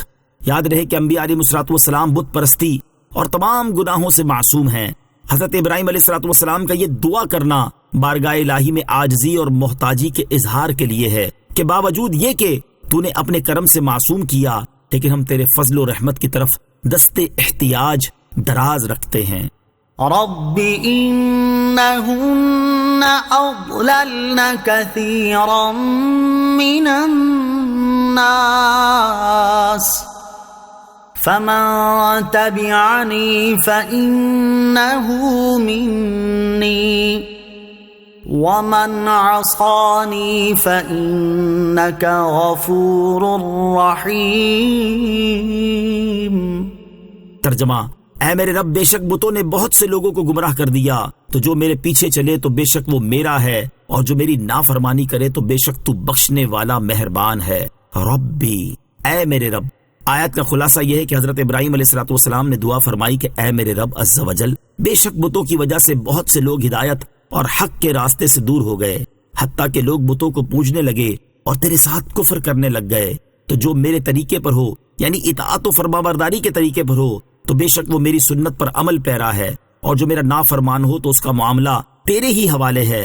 بے شک تو گناہ گاروں کے گناہوں اور ان کی خطاؤں کو اپنے فضل سے بخشنے والا ہے، اور اپنے بندوں پر رحم فرمانے والا ہے، اور لوگوں میں سے جسے چاہے معاف فرما دے۔ فکر امت۔ اس آیت سے معلوم ہوا کہ انبیاء کرام علیہ الصلوۃ والسلام اپنی امتوں کے انجام کے بارے میں بہت فکر مند ہوا کرتے تھے۔ سرکار دو عالم علیہ الصلوۃ والسلام کی فکر امت کی ایک جھلک ملاحظہ ہو۔ حضرت عبداللہ بن عمرو بن عاص رضی اللہ تعالیٰ عنہما فرماتے ہیں، حضور اقدس صلی اللہ تعالیٰ علیہ وسلم نے قرآن پاک میں سے حضرت ابراہیم علیہ الصلوۃ والسلام کے اس قول کی تلاوت فرمائی، رب إنهن أضللن كثيرا من الناس فمن تبعني فإنه مني۔ ترجمہ: اے میرے رب، ان بتوں نے بہت سے لوگوں کو گمراہ کر دیا ہے، جو شخص میری پیروی کرے گا وہ میرے راستے پر ہے۔ اور وہ آیت پڑھی جس میں حضرت عیسیٰ علیہ الصلوۃ والسلام کا یہ قول ہے، إن تعذبهم فإنهم عبادك وإن تغفر لهم فإنك أنت العزيز الحكيم۔ ترجمہ: اے اللہ، اگر تو ان کو عذاب دے تو یہ تیرے بندے ہیں، اور اگر تو ان کو بخش دے تو تو غالب حکمت والا ہے۔ پھر حضور پرنور علیہ الصلوۃ والسلام نے دست دعا بلند کر دی اور روتے ہوئے عرض کرنے لگے، اے اللہ عز و جل، میری امت، میری امت۔ اللہ تعالیٰ نے ارشاد فرمایا، اے جبرائیل، میرے حبیب کے پاس جاؤ اور ان سے معلوم کرو، حالانکہ اللہ تعالیٰ خوب جانتا ہے کہ ان پر اس قدر گریہ کیوں طاری ہے۔ نبی اکرم علیہ الصلوۃ والسلام کی خدمت میں حضرت جبرائیل علیہ الصلوۃ والسلام حاضر ہوئے اور حضور اکرم علیہ الصلوۃ والسلام سے معلوم کر کے اللہ تعالیٰ کی بارگاہ میں جواب عرض کر دیا، حالانکہ اللہ تعالیٰ خوب جانتا ہے۔ اللہ تعالیٰ نے جبرائیل علیہ الصلوۃ والسلام سے فرمایا، اے جبرائیل، میرے حبیب کے پاس جاؤ اور ان سے کہو کہ آپ کی امت کی بخشش کے معاملے میں ہم آپ کو راضی کر دیں گے اور آپ کو رنجیدہ نہیں کریں گے۔ ربنا إني أسكنت من ذريتي بواد غير ذي زرع عند بيتك المحرم ربنا ليقيموا الصلاة فاجعل أفئدة من الناس تهوي إليهم وارزقهم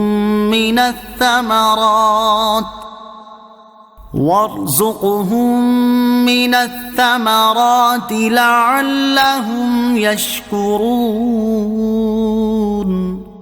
ترجمہ: اے ہمارے رب، میں نے اپنی کچھ اولاد کو تیرے عزت والے گھر کے پاس ایک ایسی وادی میں ٹھہرایا ہے جس میں کھیتی نہیں ہوتی، اے ہمارے رب، تاکہ وہ نماز قائم رکھیں تو تو لوگوں کے دل ان کی طرف مائل کر دے اور انہیں پھلوں سے رزق عطا فرما تاکہ وہ شکر گزار ہو جائیں۔ ربنا، اے ہمارے رب۔ اس آیت میں وادی سے مراد وہ جگہ ہے جہاں اب مکہ مکرمہ ہے۔ ذریت سے حضرت اسماعیل علیہ الصلوۃ والسلام مراد ہیں، اور حرمت والے گھر سے بیت اللہ مراد ہے، جو طوفان نوح سے پہلے کعبہ مقدسہ کی جگہ تھا اور طوفان کے وقت آسمان پر اٹھا لیا گیا۔ حضرت ابراہیم علیہ السلام کی اس دعا کا پس منظر یہ ہے کہ حضرت اسماعیل علیہ السلام سرزمین شام میں حضرت حاجرہ رضی اللہ تعالی عنہا کے بطن پاک سے پیدا ہوئے، جبکہ حضرت ابراہیم علیہ السلام کی بیوی حضرت سارہ کے ہاں کوئی اولاد نہ تھی۔ اس وجہ سے ان کے دل میں کچھ جذبات پیدا ہوئے اور انہوں نے حضرت ابراہیم علیہ السلام سے کہا، آپ حاجرہ اور ان کے بیٹے کو میرے پاس سے جدا کر دیجئے۔ حکمت الہی نے یہ ایک سبب پیدا کیا تھا، چنانچہ وحی آئی کہ آپ علیہ السلام حضرت حاجرہ رضی اللہ تعالی عنہا اور حضرت اسماعیل علیہ السلام کو اس سرزمین میں لے جائیں جہاں اب مکہ مکرمہ ہے۔ حضرت ابراہیم علیہ السلام ان دونوں کو اپنے ساتھ براق پر سوار کر کے شام سے سرزمین حرم میں لائے اور کعبہ مقدسہ کے نزدیک اتارا۔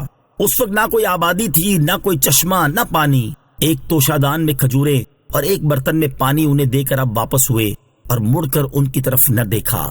حضرت اسماعیل علیہ السلام کی والدہ حضرت حاجرہ نے عرض کی، آپ کہاں جاتے ہیں اور ہمیں اس وادی میں انیس و رفیق کے بغیر چھوڑے جاتے ہیں؟ لیکن حضرت ابراہیم علیہ السلام نے اس بات کا کوئی جواب نہ دیا اور اس کی طرف توجہ نہ فرمائی۔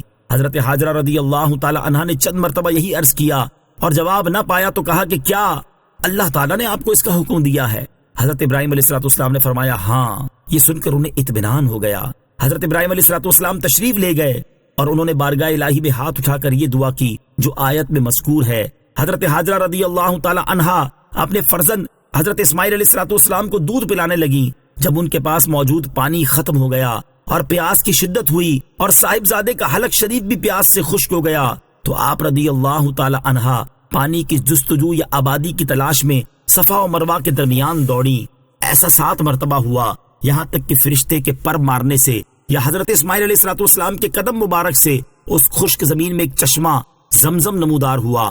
حضرت ابراہیم علیہ السلام کا یہ واقعہ آپ علیہ السلام کے آگ میں ڈالے جانے کے بعد ہوا۔ آگ کے واقعے میں آپ علیہ السلام نے دعا نہ فرمائی تھی اور اس واقعے میں دعا کی اور عاجزی کا اظہار کیا۔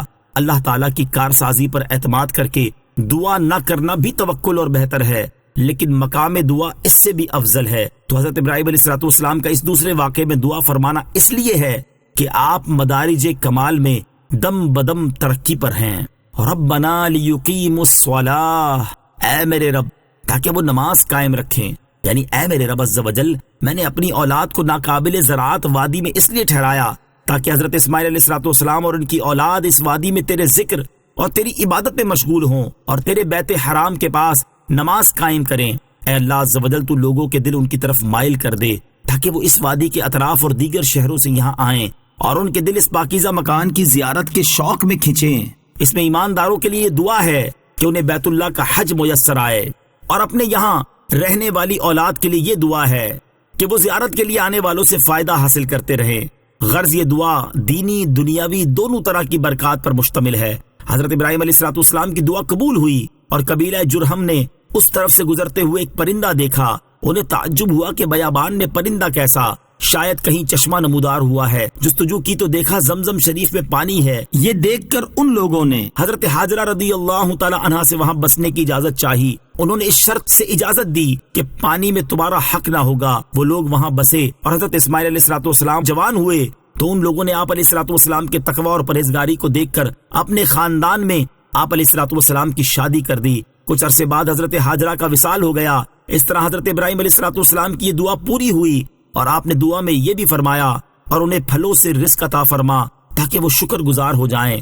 حضرت ابراہیم علیہ السلام کی اسی دعا کا ثمرہ ہے کہ بہار، خزاں اور گرمی سردی کی مختلف فصلوں کے میوے وہاں بیک وقت موجود ملتے ہیں۔ ربنا انك تعلم ما نخفي وما نعلن وما يخفى على الله من شيء في الأرض ولا في السماء۔ ترجمہ: اے ہمارے رب، تو جانتا ہے جو ہم چھپاتے ہیں اور جو ظاہر کرتے ہیں، اور اللہ پر زمین اور آسمان میں کوئی بھی شے پوشیدہ نہیں۔ ربنا، اے ہمارے رب۔ اس آیت کا معنی یہ ہے کہ اے ہمارے رب عز و جل، تو ہمارے حالات کو، ہماری ضرورتوں اور ہمارے نقصانات کو جانتا ہے اور تو ہم پر ہم سے زیادہ رحم فرماتا ہے۔ اس لیے تیری بارگاہ میں ہمیں دعا کرنے کی حاجت تو نہیں، لیکن ہم تیرے حضور دستے دعا اس لیے بلند کرتے ہیں تاکہ ہم تیرے آگے اپنی بندگی کا اظہار کریں، تیری عظمت و جلال سے خوف کھائیں۔ وما یخفی علی اللہ من شیء، اور اللہ پر کوئی بھی شے پوشیدہ نہیں۔ ایک قول یہ ہے کہ حضرت ابراہیم علیہ السلام کی تصدیق کے طور پر اللہ تعالیٰ نے یہ کلام فرمایا۔ دوسرا قول یہ ہے کہ یہ حضرت ابراہیم علیہ السلام کا ہی کلام ہے، اور معنی یہ ہے کہ جو ہر جگہ میں چھپی ہوئی چیزوں کو جانتا ہے، اس سے کوئی بھی چیز پوشیدہ نہیں۔ الحمد للہ الذی وہب لی علی الکبر اسماعیل و اسحاق ان ربی لسمیع الدعاء۔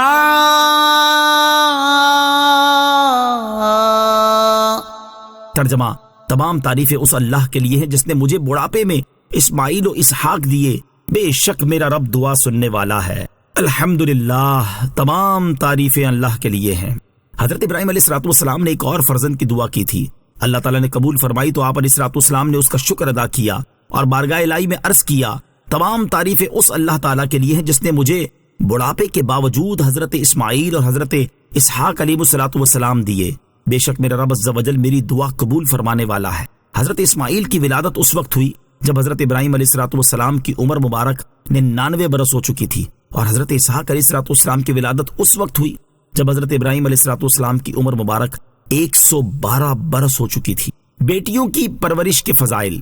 اس آیت سے معلوم ہوا کہ بیٹا اللہ عز و جل کی بڑی نعمت ہے، خصوصاً جب کہ نیک اور پرہیزگار ہو، کیونکہ اس سے دنیا و آخرت دونوں کامل ہو جاتی ہیں۔ لیکن بیٹیوں سے گھبرانا مومن کی شان نہیں۔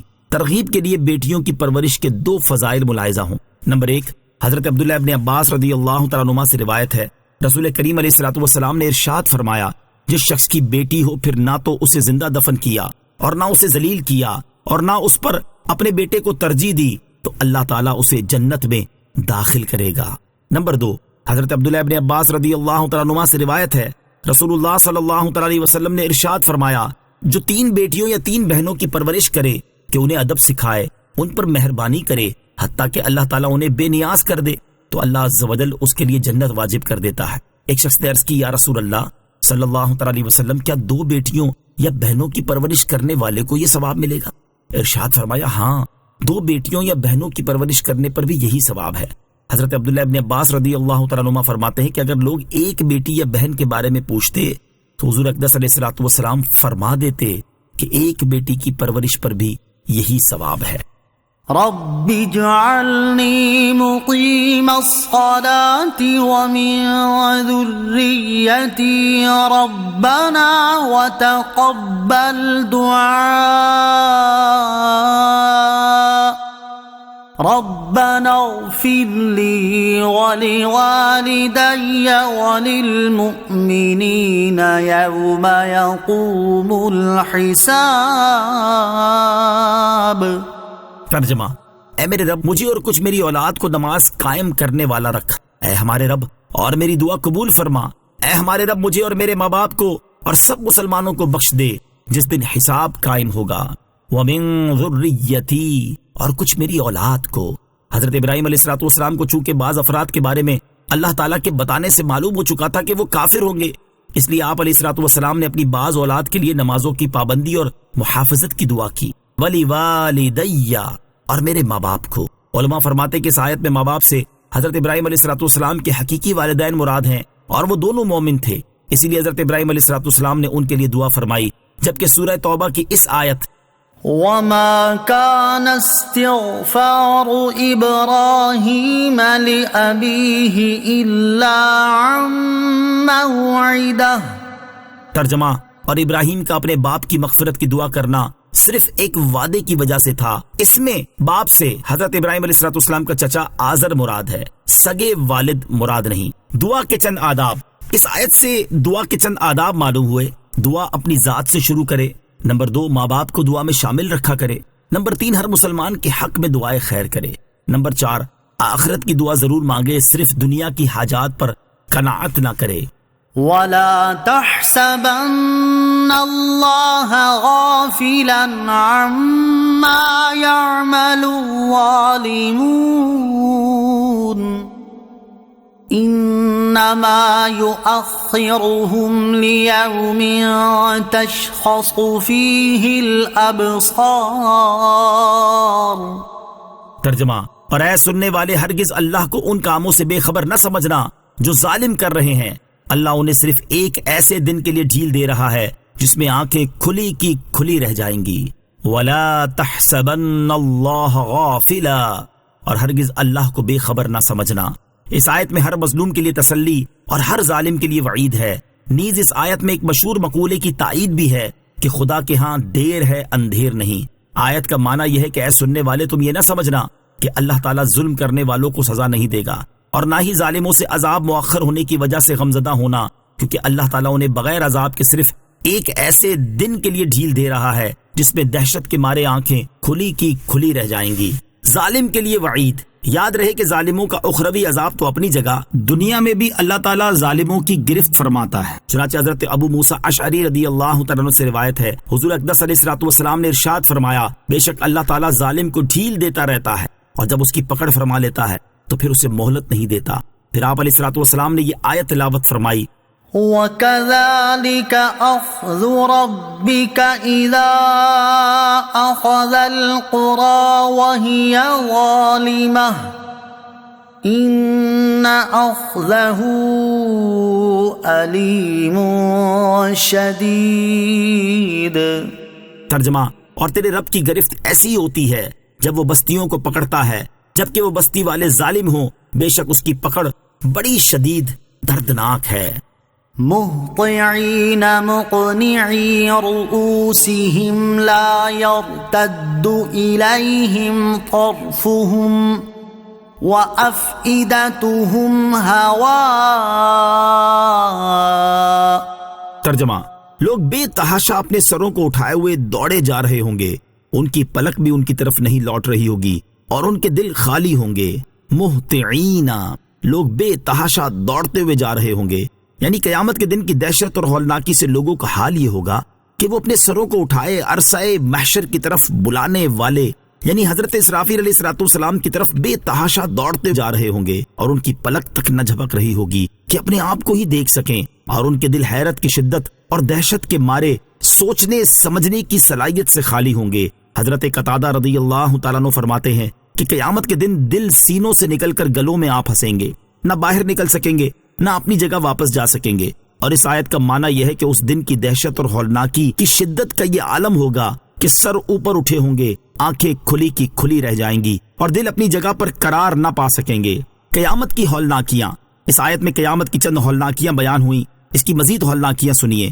چنانچہ امام محمد غزالی رحمۃ اللہ تعالی فرماتے ہیں، وہ دن جس میں کوئی شک نہیں، وہ دن جس میں دلوں کے رازوں کا امتحان ہوگا، جس دن کوئی کافر نفس کسی نفس کے کام نہیں آئے گا، وہ دن جب آنکھیں کھلی کی کھلی رہ جائیں گی، جس دن کوئی ساتھی کسی ساتھی کے کام نہیں آئے گا، جس دن کوئی کسی دوسرے نفس کے لیے کسی چیز کا مالک نہیں ہوگا، جس دن کفار کو جہنم کی طرف بلایا جائے گا، جس دن ان کو چہروں کے بل اوندھا گرایا جائے گا، جس دن ان کو اوندھے منہ جہنم میں ڈالا جائے گا، جس دن باپ اولاد کے کام نہ آ سکے گا، جس دن آدمی اپنے بھائی ماں اور باپ سے بھاگتا پھرے گا، جس دن لوگ بات نہیں کر سکیں گے اور نہ ان کو اجازت ہوگی کہ عذر پیش کریں، جس دن اللہ تعالیٰ سے بچانے والا کوئی نہ ہوگا، جس دن لوگ ظاہر ہوں گے، جس دن وہ جہنم میں عذاب دیے جائیں گے، جس دن مال اور اولاد نفع نہیں دے گی، جس دن ظالموں کو ان کی معذرت کوئی فائدہ نہیں پہنچائے گی، ان کے لیے لعنت اور برا گھر ہوگا، جس دن عذر نامنظور ہوں گے اور دلوں کی آزمائش ہوگی، پوشیدہ باتیں ظاہر ہوں گی اور پردے اٹھ جائیں گے، جس دن آنکھیں جھکی ہوئی ہوں گی اور آوازیں بند ہوں گی، اس دن توجہ کم ہوگی اور پوشیدہ باتیں ظاہر ہوں گی، گناہ بھی سامنے آ جائیں گے، جس دن لوگوں کو ان کے گواہوں سمیت چلایا جائے گا، بچے جوان ہو جائیں گے اور بڑے نشے میں ہوں گے، پس اس دن ترازو رکھے جائیں گے اور اعمال نامے کھولے جائیں گے، جہنم ظاہر کی جائے گی اور گرم پانی کو جوش دیا جائے گا، آگ مسلسل جلے گی اور کفار نا امید ہوں گے، آگ بھڑکائی جائے گی اور رنگ بدل جائیں گے، زبان گونگی ہوگی اور انسانی اعضاء گفتگو کریں گے. تو اے انسان، تجھے اپنے کریم رب عز و جل کے بارے میں کس نے دھوکے میں ڈالا کہ تو نے دروازے بند کر دیے اور پردے لٹکا دیے اور لوگوں سے چھپ کر فسق و فجور میں مبتلا ہو گیا؟ پس جب تیرے اعضاء تیرے خلاف گواہی دیں گے تو کیا کرے گا؟ اے غافلوں کی جماعت، ہمارے لیے مکمل خرابی ہے اللہ تعالیٰ ہمارے پاس تمام رسولوں کے سردار صلی اللہ تعالیٰ علیہ وسلم کو بھیجے اور آپ پر روشن کتاب نازل فرمائے اور ہمیں قیامت کے دن ان اوصاف کی خبر دے، پھر ہماری غفلت سے بھی ہمیں آگاہ کرے اور ارشاد فرمائے اقترب للناس حسابهم وهم في غفلة معرضون ما يأتيهم من ذكر من ربهم محدث إلا استمعوه وهم يلعبون لاهية قلوبهم۔ ترجمہ، لوگوں کا حساب قریب آ گیا اور وہ غفلت میں منہ پھیرے ہوئے ہیں۔ جب ان کے پاس ان کے رب کی طرف سے کوئی نئی نصیحت آتی ہے تو اسے کھیلتے ہوئے ہی سنتے ہیں، ان کے دل کھیل میں پڑے ہوئے ہیں۔ پھر وہ ہمیں بتائے کہ قیامت قریب ہے، جیسا کہ ارشاد فرماتا ہے اقتربت الساعة وانشق القمر۔ ترجمہ، قیامت قریب آ گئی اور چاند پھٹ گیا، اور ارشاد فرماتا ہے انہم یرونہ بعیدا ونراہ قریبا۔ ترجمہ، بے شک وہ اسے دور سمجھ رہے ہیں اور ہم اسے قریب دیکھ رہے ہیں، اور ارشاد فرماتا ہے وما يدريك لعل الساعة تكون قريبا۔ ترجمہ، اور تم کیا جانو، شاید قیامت قریب ہی ہو۔ پھر ہماری سب سے اچھی حالت تو یہ ہے کہ ہم اس قرآن پاک کے سبق پر عمل کریں، لیکن ہم اس کے معانی میں غور نہیں کرتے اور روز قیامت کے بے شمار اوصاف اور ناموں کو نہیں دیکھتے اور اس کے مصائب سے نجات کے لیے کوشش نہیں کرتے۔ ہم اس غفلت سے اللہ تعالیٰ کی پناہ چاہتے ہیں۔ اللہ تعالیٰ اپنی وسیع رحمت سے اس کا تدارک فرمائے۔ نوٹ: قیامت کے دن کے مزید حالات جاننے کے لیے احیاء العلوم جلد نمبر 4 سے موت اور اس کے بعد کے حالات کا بیان اور بحر شریعت حصہ اول سے معاد و حشر کا بیان مطالعہ فرمائیں۔ وَأَنذِرِ النَّاسَ يَوْمَ يَأْتِيهِمُ الْعَذَابُ فَيَقُولُ الَّذِينَ ظَلَمُوا رَبَّنَا أَخِّرْنَا إِلَىٰ أَجَلٍ قَرِيبٍ فَيَقُولُ الَّذِينَ ظَلَمُوا رَبَّنَا أَخِّرْنَا إِلَىٰ أَجَلٍ قَرِيبٍ نُجِبْ دَعْوَتَكَ وَنَتَّبِعِ الرُّسُلَ أَوَلَمْ تَكُونُوا أَقْسَمْتُم مِّن قَبْلُ مَا لَكُم مِّن زَوَالٍ۔ ترجمہ، اور لوگوں کو اس دن سے ڈراؤ جب ان پر عذاب آئے گا تو ظالم کہیں گے اے ہمارے رب، تھوڑی دیر تک ہمیں مہلت دے دے تاکہ ہم تیری دعوت کو قبول کر لیں اور رسولوں کی غلامی کر لیں۔ کہا جائے گا اے کافرو، تو کیا تم پہلے قسم نہ کھا چکے تھے کہ تمہیں تو دنیا سے ہٹنا ہی نہیں؟ وَأَنذِرِ النَّاسَ، اور لوگوں کو ڈراؤ، یعنی اے حبیب صلی اللہ تعالی علیہ وسلم آپ لوگوں کو قیامت کے دن سے ڈرائیں۔ اس دن جب ان پر عذاب آئے گا تو شرک اور گناہ کر کے اپنی جانوں پر ظلم کرنے والے کہیں گے اے ہمارے رب عز و جل، تھوڑی دیر کے لیے ہمیں دنیا میں واپس بھیج دے اور ہمیں مہلت دے دے تاکہ ہم سے جو قصور ہو چکے ان کی تلافی کرتے ہوئے تیری توحید کی دعوت کو قبول کر لیں اور تیرے رسول علیہ الصلوۃ والسلام کی غلامی کر لیں۔ اس پر انہیں ڈانٹ ڈپٹ کی جائے گی اور فرمایا جائے گا کیا تم پہلے دنیا میں اس بات کی قسمیں نہ کھا چکے تھے کہ مرنے کے بعد بھی تم اسی حالت میں رہو گے اور آخرت کے گھر کی طرف منتقل نہ ہوگے؟ وَسَكَنْتُمْ فِي مَسَاكِنِ الَّذِينَ ظَلَمُوا أَنفُسَهُمْ وَتَبَيَّنَ لَكُمْ كَيْفَ فَعَلْنَا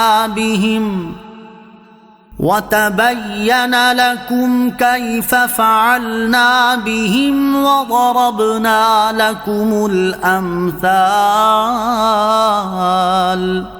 ترجمہ، اور تم ان کے گھروں میں رہے جنہوں نے اپنی جانوں پر ظلم کیا تھا اور تمہارے لیے بالکل واضح ہو گیا تھا کہ ہم نے ان کے ساتھ کیسا سلوک کیا اور ہم نے تمہارے لیے مثالیں بیان کی۔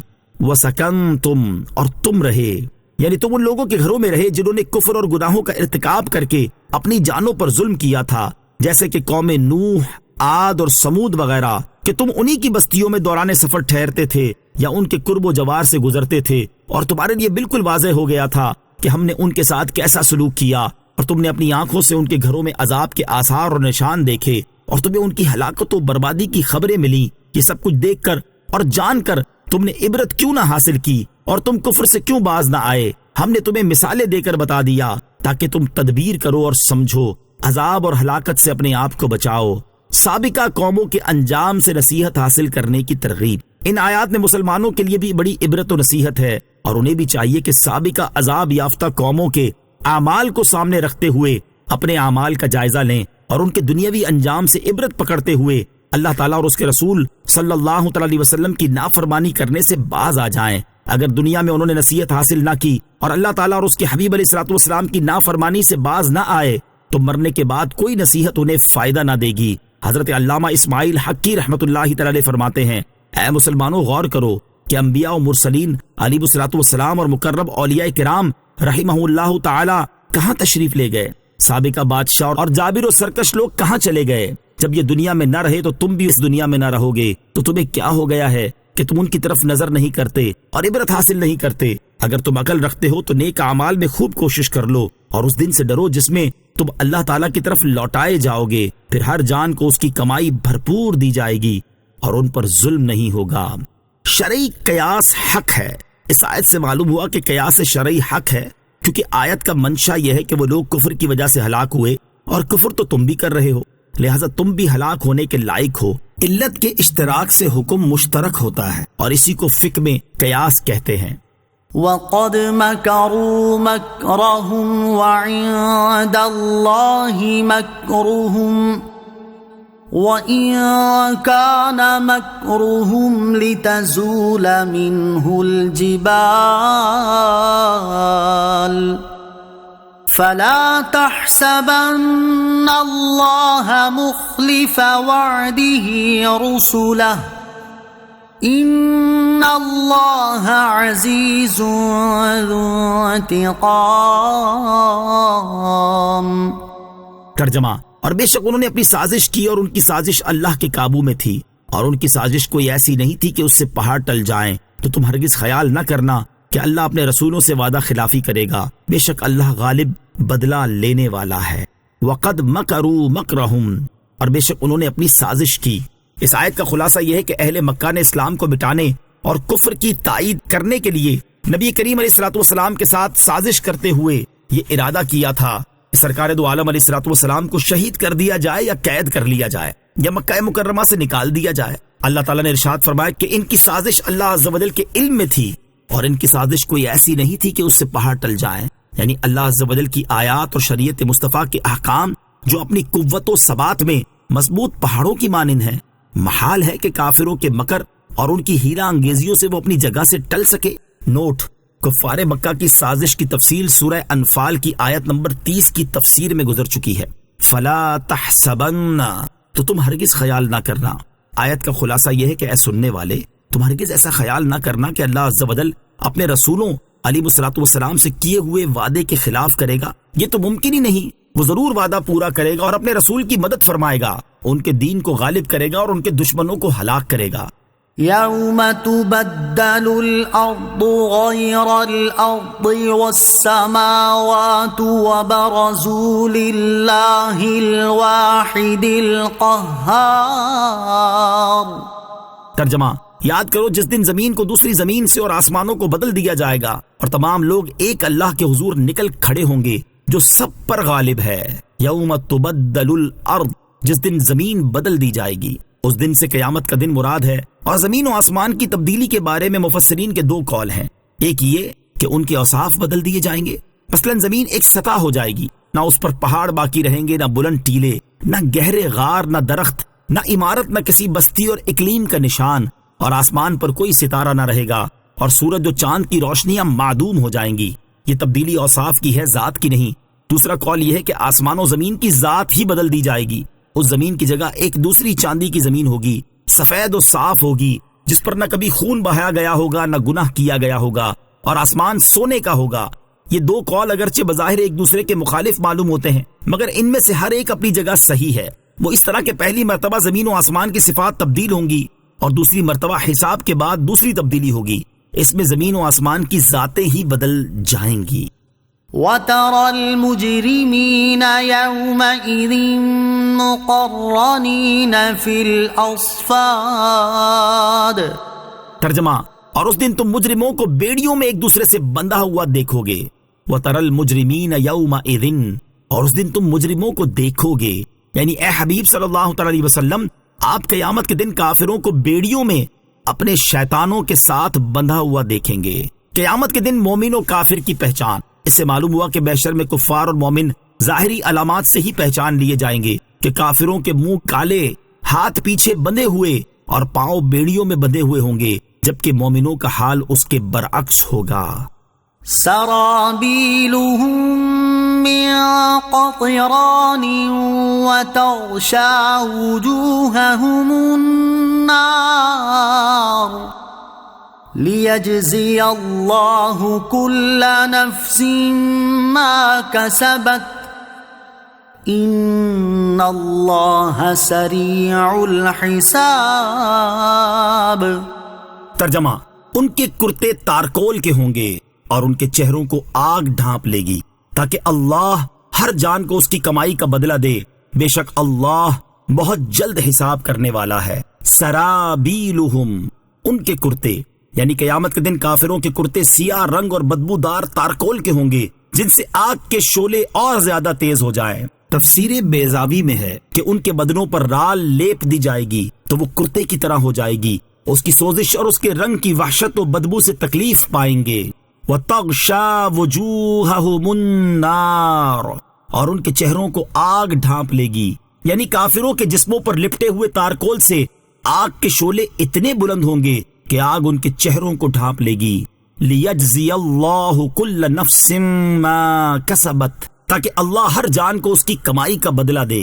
یعنی اللہ تعالیٰ کافروں کو یہ سزا اس لیے دے گا تاکہ وہ ہر مجرم شخص کو اس کے کیے ہوئے کفر اور گناہوں کا ایسا بدلہ دے جو اس کے جرم کے مطابق ہو. بے شک اللہ تعالیٰ بہت جلد حساب کرنے والا ہے. هذا بلاغ للناس ولينذروا به وليعلموا أنما هو إله واحد وَلِيَعْلَمُوا أَنَّمَا هُوَ إِلَٰهٌ وَاحِدٌ وَلِيَذَّكَّرَ أُولُو الْأَلْبَابِ. ترجمہ: یہ لوگوں کے لیے تبلیغ ہے اور اس لیے کہ انہیں اس کے ذریعے ڈرایا جائے اور تاکہ وہ جان لیں کہ وہ ایک ہی معبود ہے اور تاکہ عقل والے نصیحت حاصل کریں. ہذا، یہ. اس آیت میں قرآن پاک کے نزول کی کئی حکمتیں بیان کی گئی ہیں. نمبر 1، اس قرآن شریف میں لوگوں کے لیے تبلیغ اور نصیحت ہے. نمبر 2، قرآن میں موجود عبرت انگیز واقعات اور زجر و توبیخ کے ذریعے لوگوں کو ڈرایا جائے. نمبر 3، لوگ اس کی آیات سے اللہ تعالیٰ کی توحید کی دلیلیں پائیں. نمبر 4، عقل والے اور سمجھدار لوگ اس قرآن کے ذریعے نصیحت حاصل کریں. آمنت باللہ صدق اللہ العظیم.